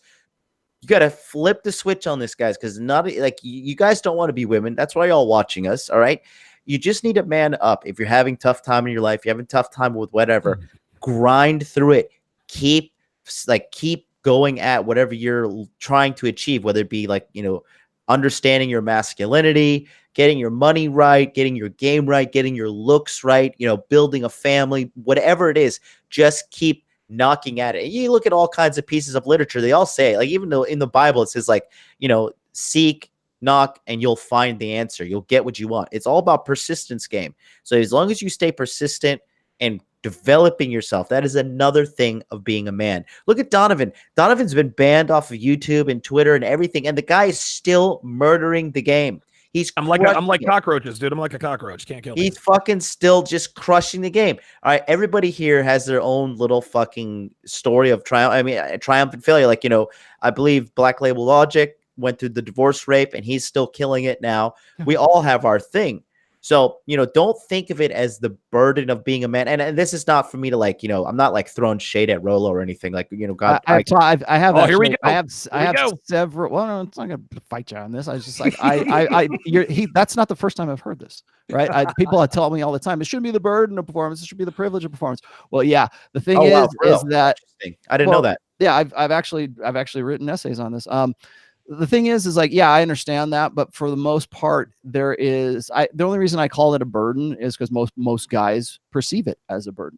The thing is that it is. Let's just say it this way: people want to say, well, you're making it negative and it should be positive. Oh, okay, fine. Let's just neutralize it here. You must perform as a man.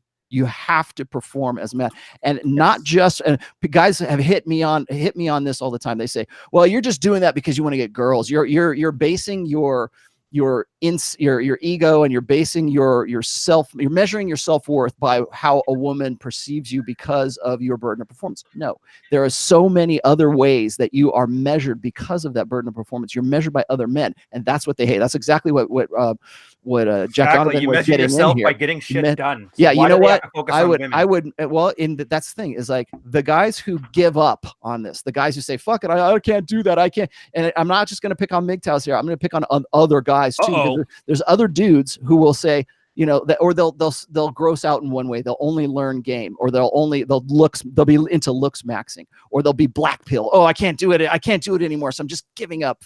Fuck it. I'm done. Well, you know what? You're not just giving up on women. You're giving up on yourself. You're giving up on the estimation of other men. You're giving up on who you are as a man. You're giving up on masculinity when you do that. So when guys come here and they say, well, I don't think of, I refuse the burden of performance because that's just because, guys want to, measure their dicks and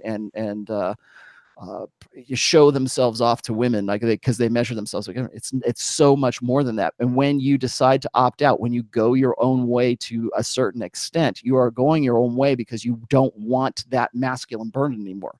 That's one of the reasons why when back in the 60s, back when we first had the sexual revolution, one of the reasons that it was so popular for this free love generation, the baby boomer generation, to have casual sex was because they thought that now, because we have hormonal birth control, because we can put that into women's hands right now, we don't have to worry about our performance anymore. We don't. Most men, when it comes to rejection, they're measured, whether it's by a woman or it's by an employer or it's by their family or it's by other men or the tribe that they happen to be in. And if they fall short, you don't get to give up on that. Well, now they can. We can give up on being a man. And so when guys tell me that they're going black pill or they can't compete or they can't do something, they're not just giving up on women. They're giving up on themselves, and they're giving up on any kind of qualifications that would happen, in any other realm. So it might be work, it might be family, it might be other things. I'm sorry, I want to get Carl in here. Carl wants to shift gears, and that's fine. I think we should. Go ahead, Carl. Let's do it. Well, one of the things I wanted to touch on was, and kind of related back to the whole show, was if you look in the Black community in particular, but in any situation where you have a lot of single mothers raising sons, those sons tend to go in one or two directions. They either become ghetto thugs or they become codependent pushovers. And one of the reasons I touched on this is the ghetto thugs would be kind of the embodiment of what they're a caricature of masculinity, and the codependent pushovers are a caricature of femininity. But what happens is, what I wanted to get at is, if you look at, I know Donovan learned game and Ryan learned game, and if you remember, if you were around 2006, there was a huge rage on the AMOG tactics. How do I deal with the alpha male of the group? And a lot of the shit that's been going on and the way guys have been handling conflict within our range here is kind of like, they're a lot like the guy who learned game, but he learned two things: negs and AMOGing. Because you insult someone and then you try to knock them down. And it was just one of the observations I made as I was reading through a lot of the conflicts that's been going back and forth. And it looks a lot like the old pickup days where guys would try to disarm the guy who was with the girl by being overly exaggerated and being overly aggressive when there was no need for it. And I wanted to put that to the panel. If that's what's been going on within the sphere, is just guys who they're responding in the same way they would do during pickup with, anti-AMOG tactics, but they're using them in public disagreements. I'll just go real quick. Look, I've met a lot of guys who are big talkers on the internet, and look, and they are not congruent with. Well, that's what I was going to say. Look, if you've been in a good amount of fights, if you've seen some trauma, if you've been through some real shit, not white collar shit, I'm talking like, you've had a gun pulled on you, these kind of things, you can look at another man's eye. You can see, is this man a fucking bitch, or is this guy a real man, right? Is he a real man, or is he a guy that's just typing on the keyboard? And 9 times out of 10, all these manosphere guys I meet, like, no offense to, I'm not again, and not calling out anybody on the panel at all. I'll never be doing that kind of shit. Just want to make that very clear. But a lot of these guys that I met in real life, even guys who watch the show, they talk big. They talk very big online, but face to face, it's a whole other ordeal. And it's just hard. It's hard to determine who is the real deal and who is not. And only time will tell. But ultimately, the guys who get catty with each other online and try to do this stuff, that is feminine. Real men handle their business behind doors, man to man, and they solve the conflict. They don't go on the internet and start talking shit and whining and all this shit about people. All right.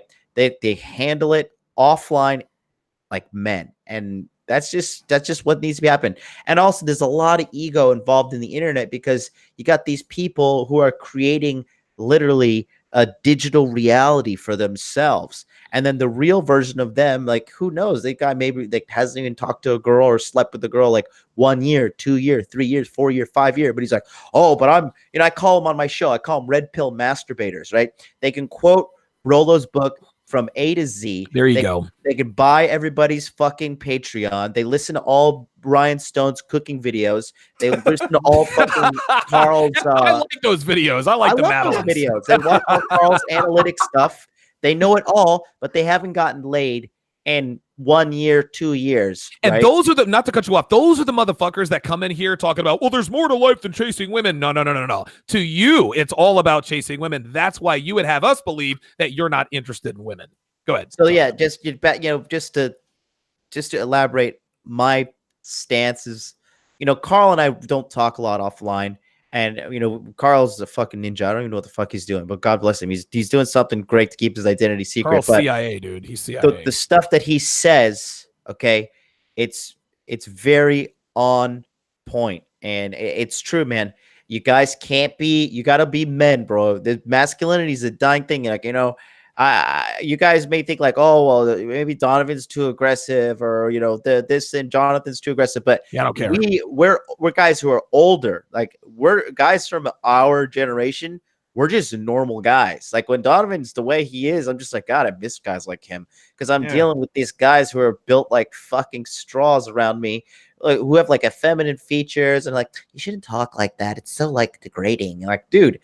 Like speak. Oh my God. It's so degrading. Like, it's not really masculinity. Oh my God. It makes me want to punch myself in the face with an ice pick. So you guys got to like, just, realize that, that especially with 40% of men being raised by single mother. How do I know? I was raised by a single mother, and I had to go through a lot of shit to fucking get myself sorted out. And I'm still dealing with stuff from my past to this day. Right. So it is an uphill battle. So you have to realize that masculinity is something that is dying. Anyway, not necessarily dying, but in the West, it's being challenged right now. And there is a crisis. And it is our duty. And I say this to every man that listens to me, and I'll say it to every man now. If you're a man and you can hear my voice right now, know that you have power to change your life, to change the world, and to change the environment around you. You have that power. Do not forsake yourself. Do not think that you are not of no value, okay? There is power in being a masculine man, and the way men do things, it's the best fucking way, because look where we are now, and I've said we've gotten pretty goddamn far thanks to men. I'll say this to add to the masculine burden of performance. Iron sharpens iron. And the reason why men are men is because life is a little more difficult for men. What do we call it? The masculine burden of performance. I actually like that it's a burden, right? When I've got 235 pounds that I'm trying to bench press, that is a burden. Guess what? I either got to press the weight or I have to do the roll of shame, right? This is what forges us into men.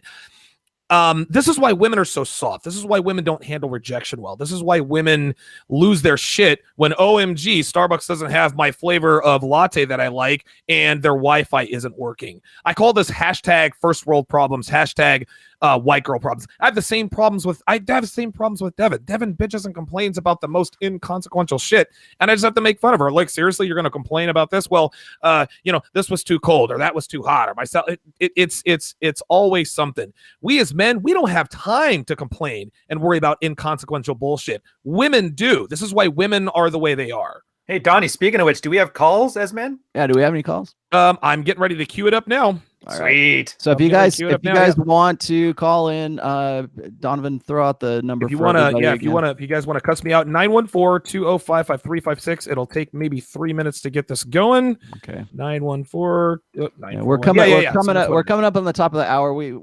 I think we can go over a little bit if everybody else is cool with that. I'm good. Just a I'm touch, good to go, baby. 15-20 over.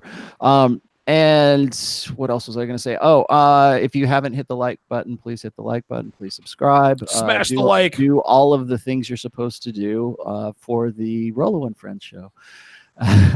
But let's see. Oh, by the way, let me mention, if you want a good reception from Donovan, make sure you mention that he speaks very well and he doesn't sound black at all. He loves that. You know, it's funny, man. I used to catch all kinds of heat for that, but it was only from black guys, right? Like a lot of, and this is actually ignorant black and white guys. They used to say, well, why should we listen to you about black issues if you sound like, get out of here with that. Doesn't make any sense. But yes, Carl is 50% right about 90% of what he just said. All right, phone lines are open, 914-205-5356. I'm going to have them open for 15 minutes, so get your asses in. If you guys want to go and tweet that out, you can too. Yes, tweet it out. Tweet it out. Tweet it out. I was just going to say is that, people want to say that, giving up on it. I don't think it's not even so much giving up on yourself. I think a lot of guys sort of get full of themselves. Like they think that, I'm going to be who I'm going to be. And that's it. And it's not going to matter what I do. I tell these guys all the time, it says, there's no escaping the game. You're not going to just opt out of it. Okay. And if you say, well, I'm just not going to deal with women anymore. Okay, fine. How are you going to still deal with your sister? Are you still going to deal with the women at work? Are you still going to deal with your mom? Are you still going to deal with, it's just because you're not dating, just because you've decided that. I mean, that's the other thing is like when we talk about it being a burden of performance, when guys like sort of drop out or they think they're dropping out of the game, or they really, I see that as sort of rejecting their masculine, imperatives, because what are we doing here if we're heterosexual men and we're just going to say, okay, I'm going to suddenly become some sort of celibate dude. Is that a lot of guys think that that's empowerment, right? They think that that's becoming more masculine by doing something like that. Well, I'm gonna, I love this one. I was like, they always say, what about Nikolai Tesla? He didn't, or well, look at all these scientists from history. They were completely sexless, and look at all the great inventions that they made. And I'm like, Einstein, you dumbass. Yeah, exactly. And it's like, okay, fine. Well, there's so many of you guys doing this. How come we don't have? How come we're not on Mars by now? Feynman fucked, by the way. Feynman fucked a lot. Yeah, exactly. I'm sure they all did. All right, let's go. All right, we got calls on the line, 914-205-5356. We're going to try to mow through these as quickly as possible. Please exercise succinct. Be succinct. Yes, be succinct, be brief, exercise brevity. That's a word I learned like maybe a week ago, so I don't want you guys to think I'm too smart. Area code 512, you're on live with the Redman Group. Go ahead. Hello? Hello? Yes, go. Okay, yeah. What I wanted to ask you guys, I've had better female supervisors than male supervisors. They're both middle-aged women, and I've got several theories on this if you guys are interested in hearing why. Let's do it. Well, one thing is I've noticed men tend to either over-supervise or under-supervise. The women are about right. And the other thing, too, is I personally think men just want to be schmoozed. I think women actually will try to look at your productivity, and they'll see, oh, he actually works harder than this other guy. Whereas men, it's just about sucking ass. Let me ask you something. Hold on real quick. Real quick. Let me ask you something. How old are you? 47. Okay, you're 47. So are you, and again, this is an honest question, are you telling me that female supervise, are you telling me that females make better leaders than males? I think they're better at evaluating employees than they said better manager. That's the most asinine thing I have ever heard. Well, here, Carl's the corporate guy. Why don't we ask him? Well, let's ask him. Statistics show that women don't even want to work with other women. This guy had two supervisors in his life that he actually liked, and now all of a sudden women are better evaluators of talent. Really? Then why aren't women scouts for the NFL? Why don't women scout for baseball? Why isn't the WNBA? He didn't say leader, though. He said manager. He said manager. Yeah. Well, I also see this as... Let's let Carl go on it because he's the Carl expert. Can hit it. Yeah. He's full of shit. Go ahead.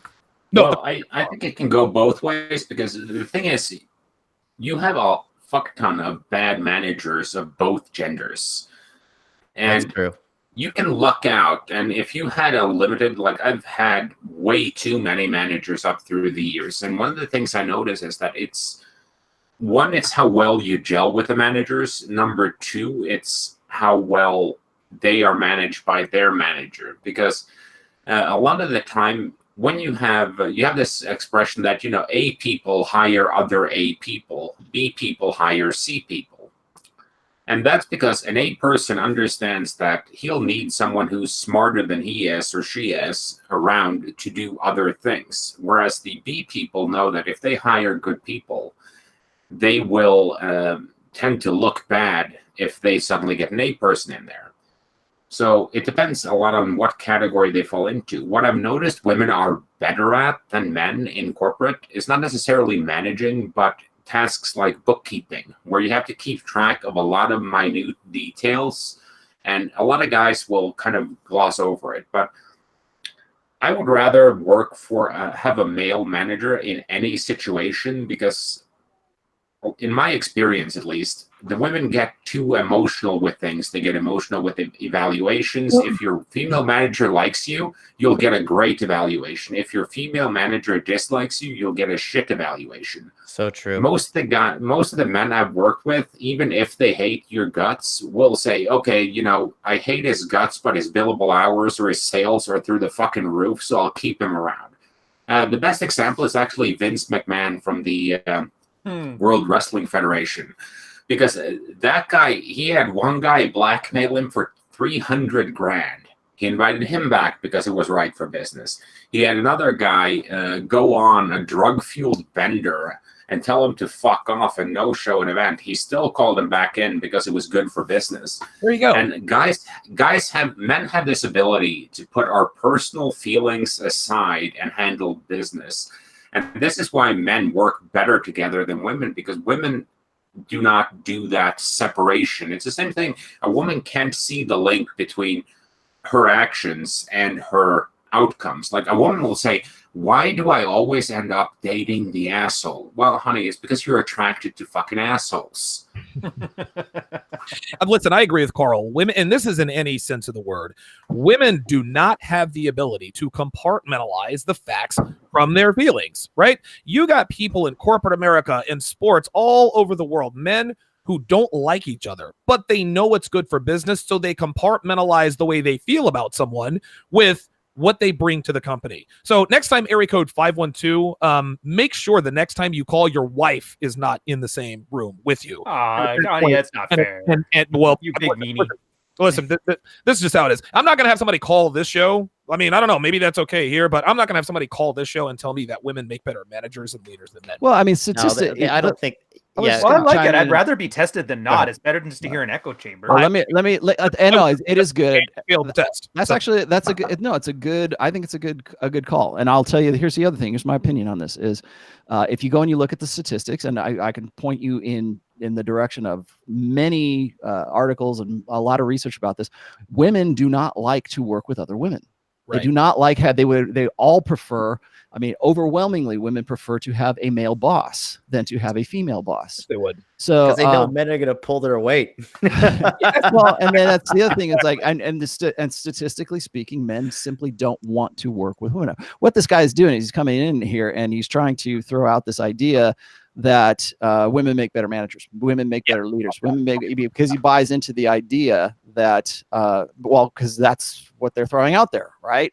Yes. I was talking to Pat about, or excuse me, Alexander yesterday about this. When you look at how women tend to be more collectivist, they tend to lean more towards socialism. When you give women resources, they've done studies like this where they'll say, okay, they take a group of women and they will say, okay, here's an X amount of dollars or X amount of resources. Divide these up amongst yourselves how you see fit. Women will almost always do it one at a time. It's like you get some and you get some and you get some, because they tend to lean towards collectivism. It's exactly the opposite of what this guy's saying. And I can show you these studies where women will take those resources and then we'll give them out and hand them out to women in as equal a fashion as possible. That's why you see in the Democratic side of things, with the women who are wearing white at the State of the Union address, these are the women who want to be collectivists. They want to wear the same, for all this talk about diversity, they're all going to wear the same uniform, right? But they want to mete things out as equal as possible. Whereas for men in those same experiments, they do it merit based. They'll say, you did a better job than Joe over here, so you get X amount, and you did a good job, but not quite as much as Jim over here, so you're going to get X amount. And they do it by, men tend to lean more capitalist, more individualist, whereas women tend to be more collectivist. And what happens is when you take that female way of doing things and you put it into a corporate environment, like say for instance, like you got most corporations that are still around since like, you know, for a very long time, were developed because men decided that they were going to develop those things. It was a male specific, male centric corporate culture, and that was successful for them, and it's what made them big companies. Well, what happens now is you take the feminine primary social order and you put that into corporate culture. Now you've changed it from that individualist merit-based meritocracy, really dominant. Granted, it is a hierarchy. It is definitely a dominance hierarchy in the corporate. It has to be. To be successful, it has to be. If you're going to compete, that's how you compete.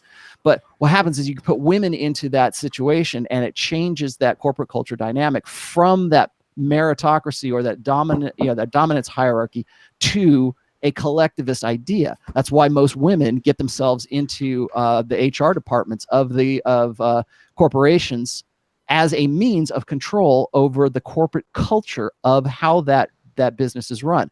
And so now you put women into the workforce, and it changes the corporate dynamic. It goes from that meritocracy to that collectivist ideal. So anyway, I was just going to throw that out, but I was going to say statistics don't bear out what this guy's talking about. Right. Of course not. And area code 512 is in Austin, Texas. Right. So that explains that dude. Listen, somebody's got to be call. Next call. I guess that's going to be me.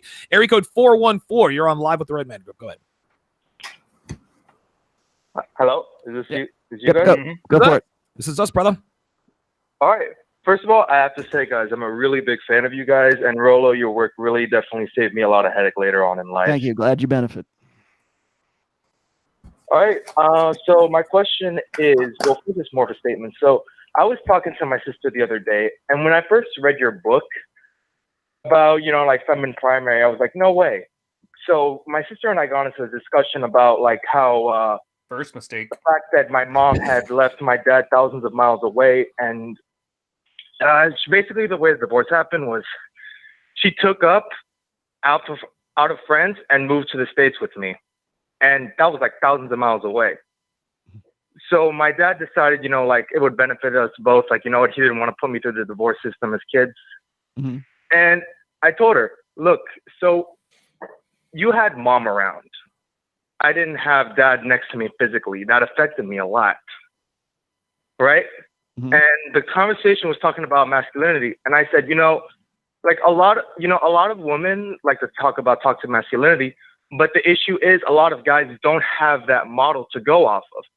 And I didn't believe it, but she said something that I will never forget that really rocked me to my core. She said, well, it's a good thing because there's no men to teach. She's like, well, it might have been a good thing because, you know, toxic masculinity is passed down through other men, like as far as like fathers are concerned. Wow. She's just brainwashed. Now, my question is, do you think that a lot of women think this way, or do you think that higher ups are thinking this way as far as feminism is concerned?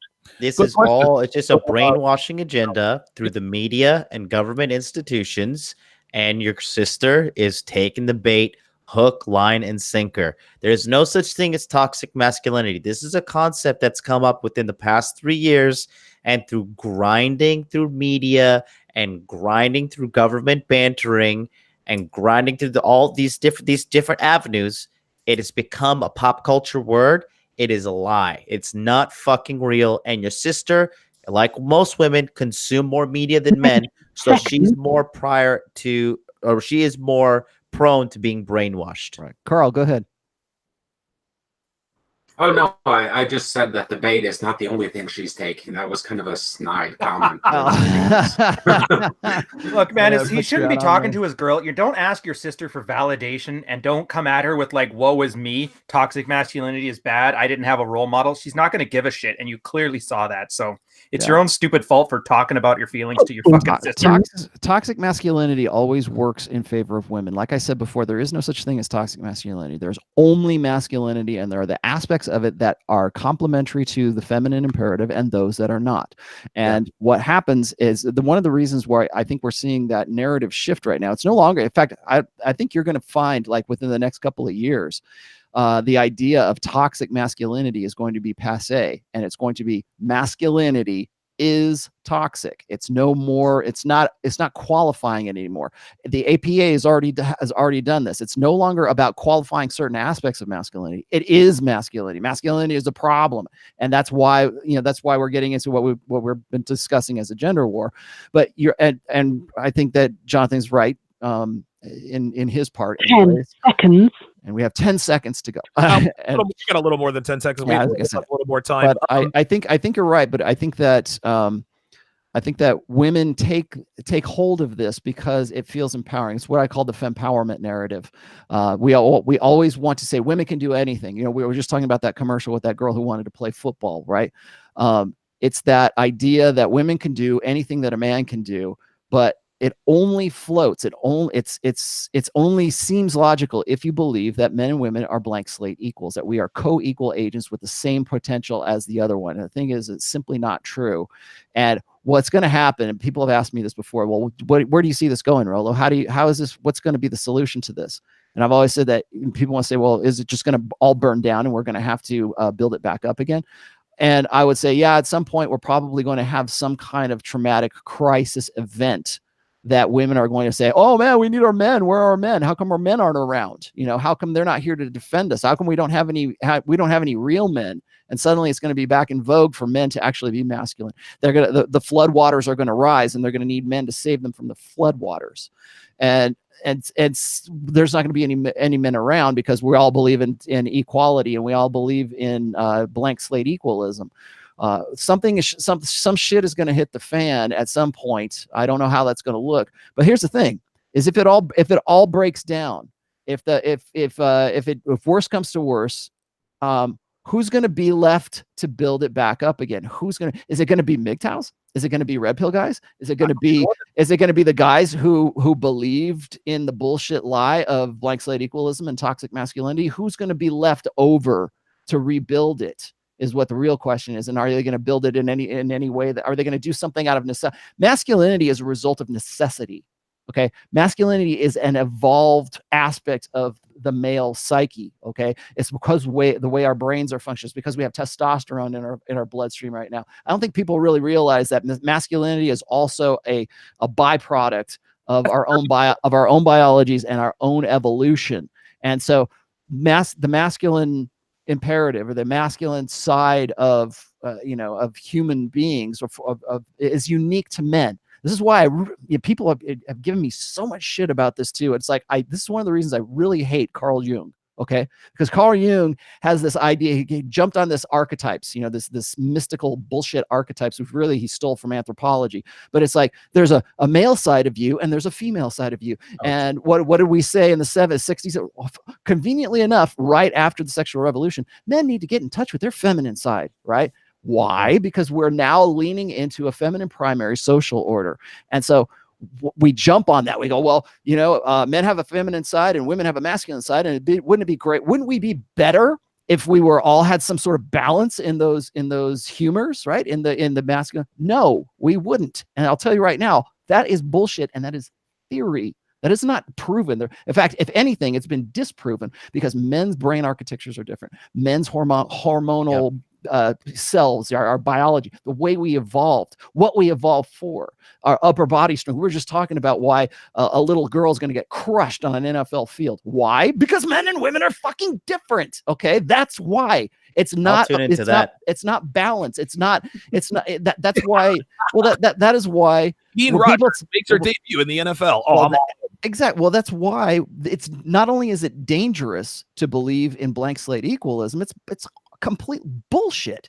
And the more we, that's one of the reasons why the left is the feminist left is very anti-science right now, because they can't have anything coming to light that disproves their bullshit theory about blank slate equalism. So when women say, oh, that's toxic masculinity, Well, they're basing that on this idea that masculinity is some learned thing. And I'm not saying that there aren't learned aspects of masculinity. There are, but there are also evolved biological, neurological, hormonal differences in men and women that predispose them to behaviors that we would say are stereotypically, archetypally masculine.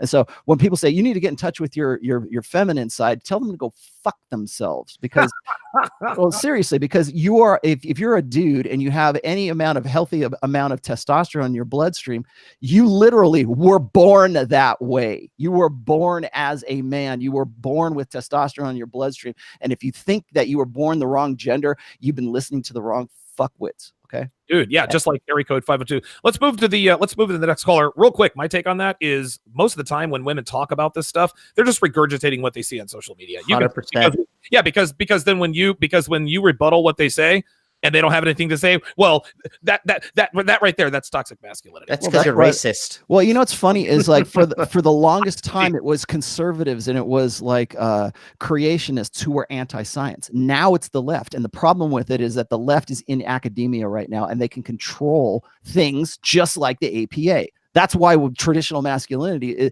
it's not about the science. There's no fucking science involved whatsoever. It's all about ideology. If you look at Dr. Sean Smith's YouTube take on the APA thing, he knows better than anybody. He's got an APA certification.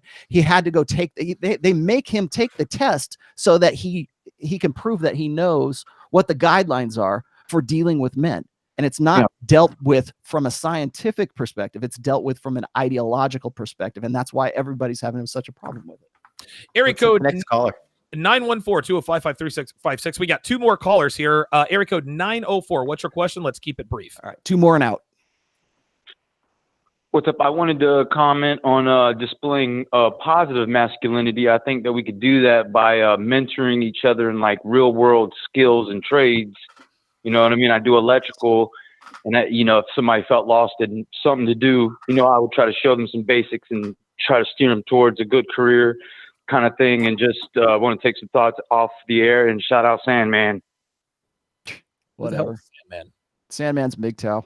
Oh, well, then you're not getting any thoughts off the air. Well, I do agree with one thing he says, and this is going to be the topic of my my speech at the 21 convention in May for the Patriarchs edition. Is he's correct in one aspect. I do believe that we need to involve ourselves in multi-generational mentorship. That's going to be the topic of my talk, because when we talked about this really on the Patriarchs edition, so we don't need to say too much about it, but I think that he is correct in that men need to mentor other men. And if you are a red pill guy, that's one of the reasons I tell guys all the time, pass on my book, talk about my book. That's why I push the idea of getting there's lots of ideas, but I push the idea of guys getting the physical copy of it so that they can hand it off to their friend or their brother or whoever that is that they think needs it, and they can mentor them, or they can say, this is what I've been reading. What do you think about this? Start that discussion. And if that's, again, women talk, men do. And if you can do something, like guys always tell me, I want to start this group of men so we can talk about the rational male. Like they have these little satellite groups of guys like all over the country, which I think is fantastic. Yeah, that's pretty cool. But make sure you have something to do with those guys. Like go fix cars or go fishing or go do something. Hire. Yeah, exactly. Go do something. Teach, and you know what? Have your son with you while you're doing this. Have somebody, have your kids around so that they're picking up on this is how men communicate with other men, because we don't do that anymore. In fact, we're discouraged now. I talked about this in the State of the Manosphere address. Is we discourage men getting together to be men. We can't. It's dangerous to have men coming together and just talking as men or doing things as men that exclude women. We're okay if we have an all women, like we get like the Boy Scouts is a great example. It's not even the Boy Scouts, it's the Scouts now. And what happens, the evolution of that is now there's an all female group of Scouts.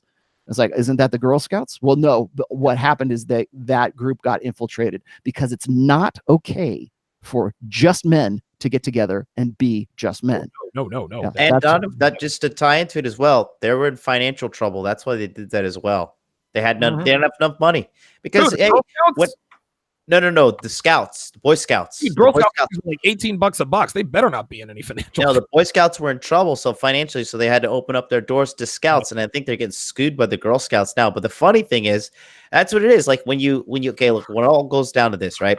When you decide you want to start tearing apart society, because the only reason they started implementing these divorce laws and everything is because it's just more money to keep people apart. You can tax both people. They don't need, that you're paying 2 separate rents, 2 separate cell phones. You have more fucking money, but it's less money to go and invest into the family.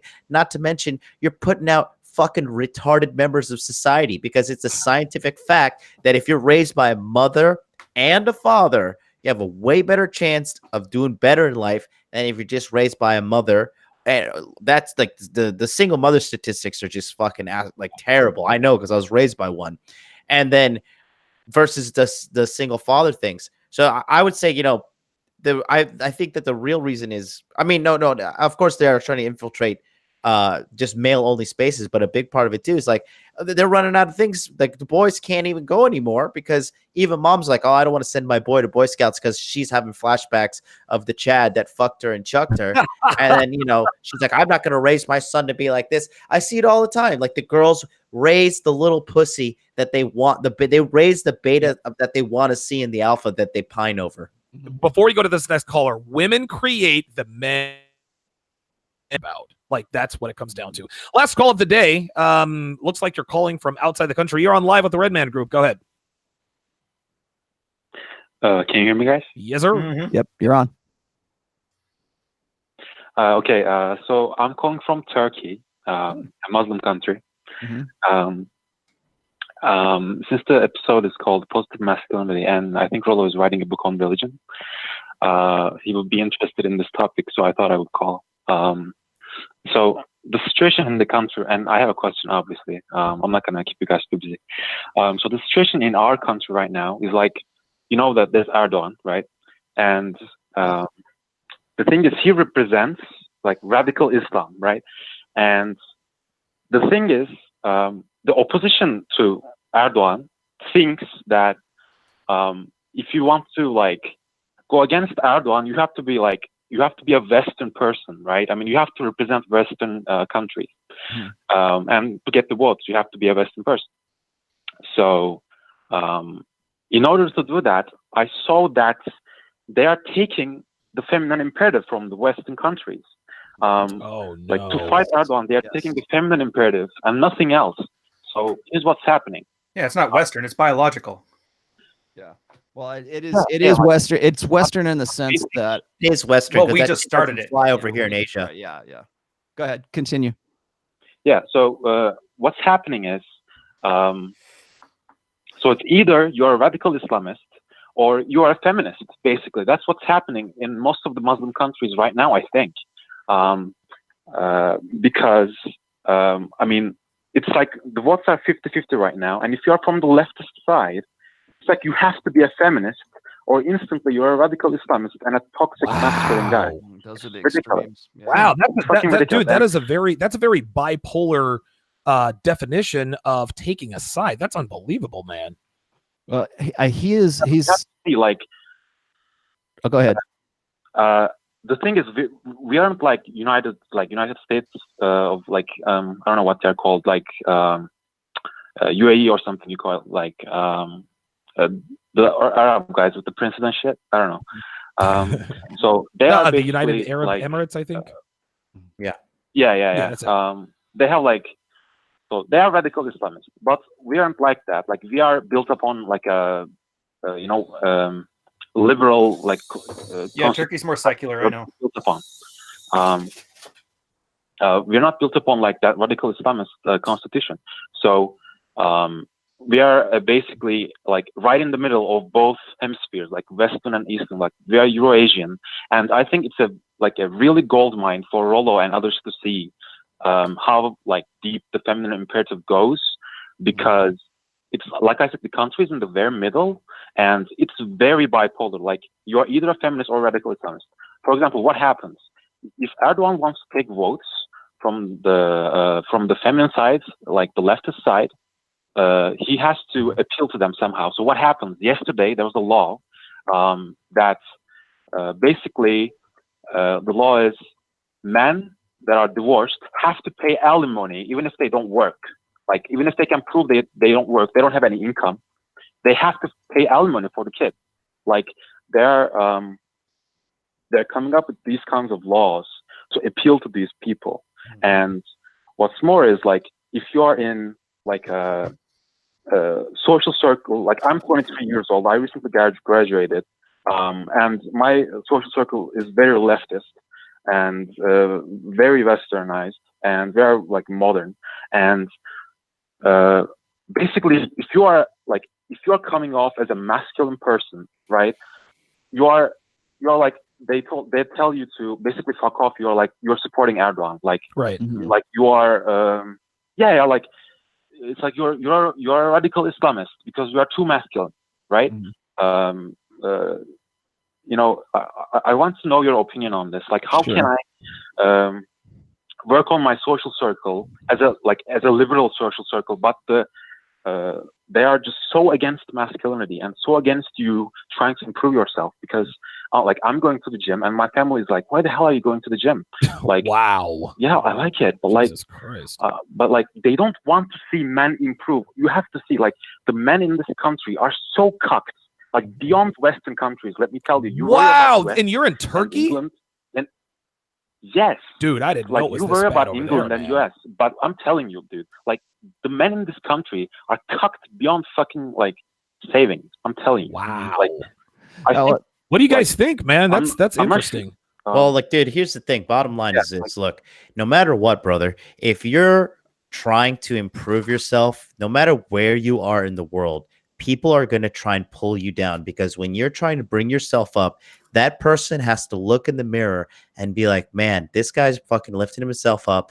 I'm a complete fucking loser. And instead of taking the effort and the time to lift themselves up, they would rather pull you down so they don't have to live with the guilt of them being a shitty individual, okay? If you're listening to us and you're going to the gym and you're studying and you're looking deeply into this stuff, congratulations. That is the ultimate red pill. That's what we call ourselves, the red pill society. You're not going to fit in. Get used to this. That's why you're in this society. The way you show them that you're doing this lifestyle that is going to be beneficial is you have to live a life that is very enviable. Become rich, build a great physique, buy a badass fucking house, build a house, whatever you have to do. But at the end of the day, if you're living your life constantly chasing the approval of other people, you're never going to be happy. It's a waste of fucking time. You're never gonna make them happy. They're never going to get approval.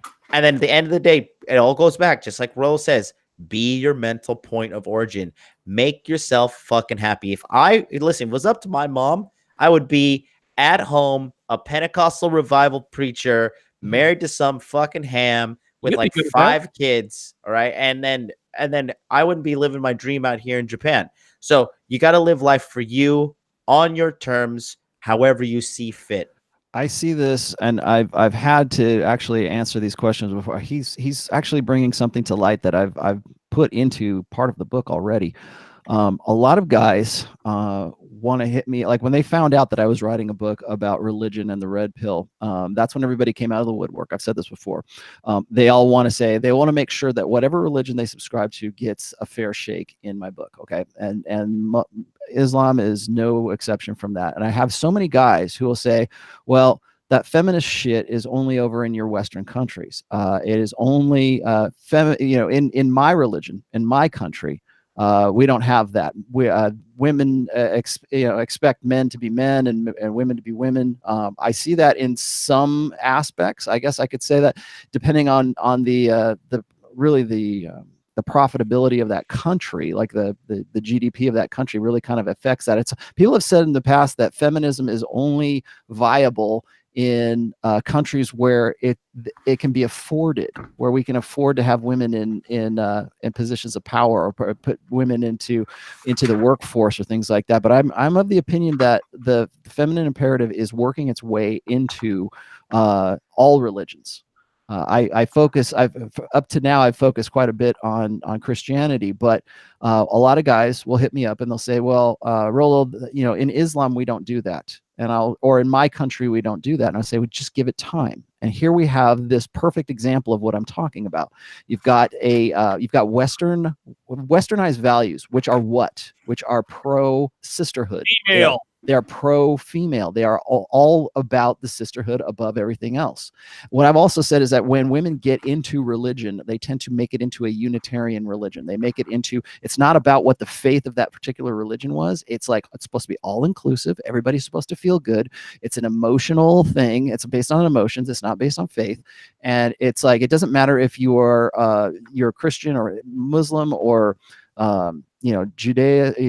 Jewish, whatever. It doesn't matter what you are, you're still one of the girls. And it's always the sisterhood above everything else.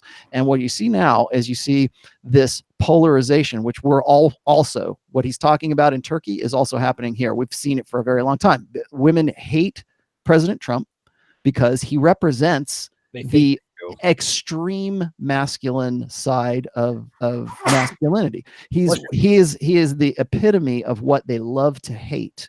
And so to affect control, to affect a power dynamic, they have to make that, they have to think in binary terms.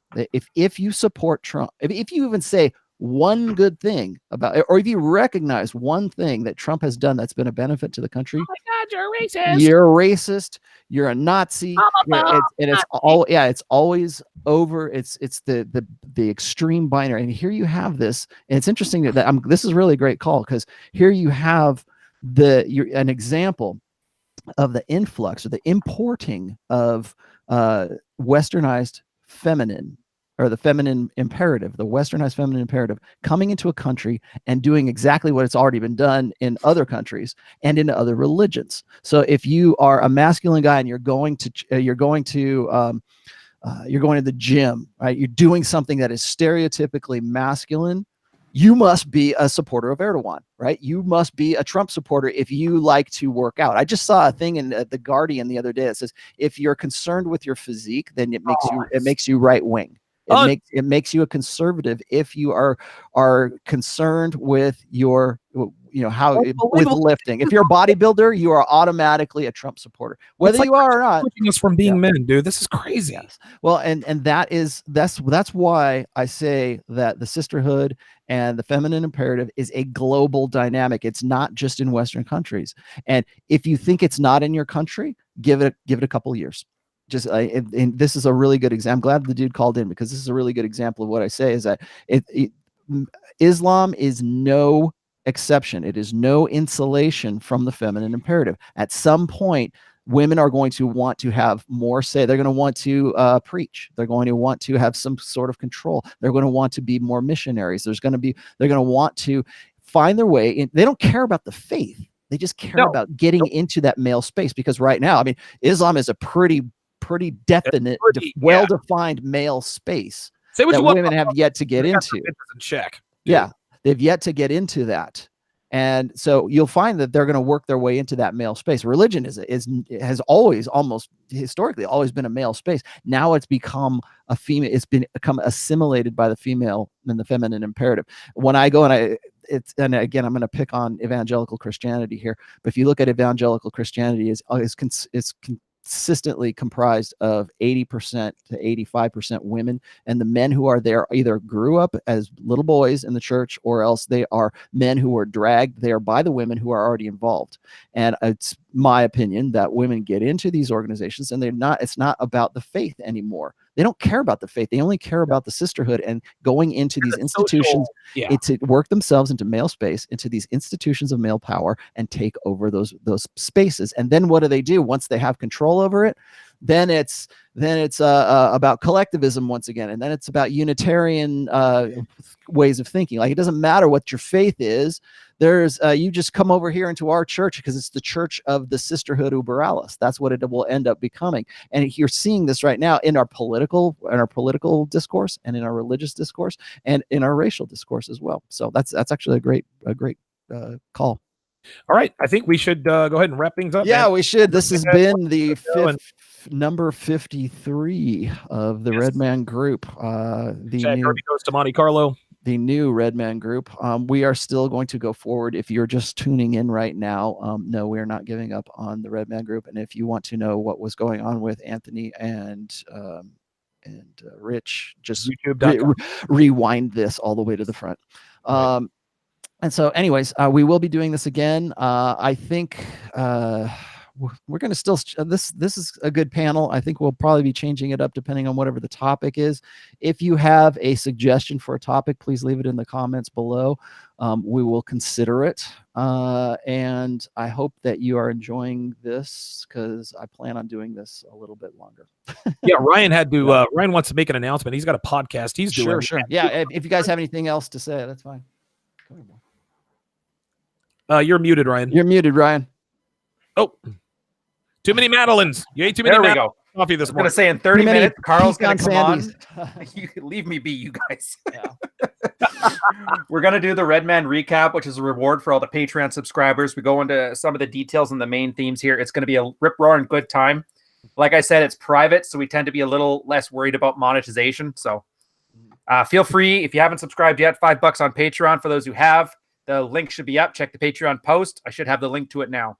Mm-hmm. We also have Patreon for this show. Yes. All of the usual links, if you want to support the show, are still down below in the group or the description here. I got one quick question in the chat here. He's asking me about the Redman group or the Red Pill and religion. I'm going to be talking about religion with George Bruno in about 3 hours. 2 o'clock, wow. 2 o'clock my time, 2 o'clock Pacific. So that would be what, 5 o'clock? Yeah, 5 Eastern. 5 Eastern. So look on my channel for that. I'm about to go get George Bruno. We're going to talk about that. One of the reasons, and I'll throw this out here, and I'll throw it out there as well, is one of the reasons I have not done it yet is because I'm still trying to figure out the best way to go about instituting a Red Pill and religion kind of show. I don't want to get like pastors on. I don't want to get people who are invested in their own religion. I want to get guys who were like part of a religion and they want to say, want to tell me about it. And George is actually a good subject to talk about this too. So I have to be kind of careful how I go about doing this, because there's a lot of pastors who would like nothing better than to have access to the manosphere and redefine things in the way that they see fit. And I'm not going to let them do that. They're not going to ride on my jock for that. So anyways, okay, great show. Thank you guys. Yeah, let me just go ahead. Go ahead. Yeah, let me just give a quick shout. So guys, follow me on Instagram at Modern Life Dating, and then every day 8 a.m. Eastern Standard Time I am live on my show on my YouTube channel. Just search Modern Life Dating. For those of you that want to get enrolled in my body language course, February 28th, that's the day it launches. We are a couple days out. And it's going to be good. It's going to be really good. It's limited enrollment, 5 days for sign up. And then you get coaching with me. And we're going to teach you how to interpret a female's body language. Is the fucking ultimate red pill, because once you learn this shit, once you learn body language, you can't unsee it. And this is going to just cut all the bullshit when you're dating. If you're just trying to get, if you're trying to get your E and E's up. So that'll help out big time. February 28th, Modern Life Dating. Body language mastery. And then Donovan, are we doing a post show on your channel as well? No, you told me you couldn't make it. No. I said I could make it. No, I thought you said you couldn't make it, dude. I was literally about to tell everybody that, hey, there's not going to be I can always make it, pimp, and it's 3:30 in the morning in Tokyo, and I'm still going. God damn it. No, well, I told Steve the Dean that we're not going to be doing it. So no Redman group after party. Looks like there was a miscommunication there. No big deal. Okay. It is late anyway, 3:30 in Tokyo. Get your ass to bed. You guys all know where to follow me. Just come to DonovanSharp.com. Subscribe to my Patreon at patreon.com/Donovan Sharp. Of course, I've got a big announcement coming up on Monday. What else is there? And then of course you guys can check out the Donovan Sharp merch at donovansharp.com/merch. And I think that is about, and listen, man, I love you guys. And for all of you guys who don't like me, you guys can all go fuck yourselves. I don't give a fuck about you guys. For all of you guys who love me, you guys can go fuck yourselves too. No, kidding. All right. My dogs are saying it's time to end the show. So all right, guys. All right, guys. We'll see you next week. Bye-bye. See ya.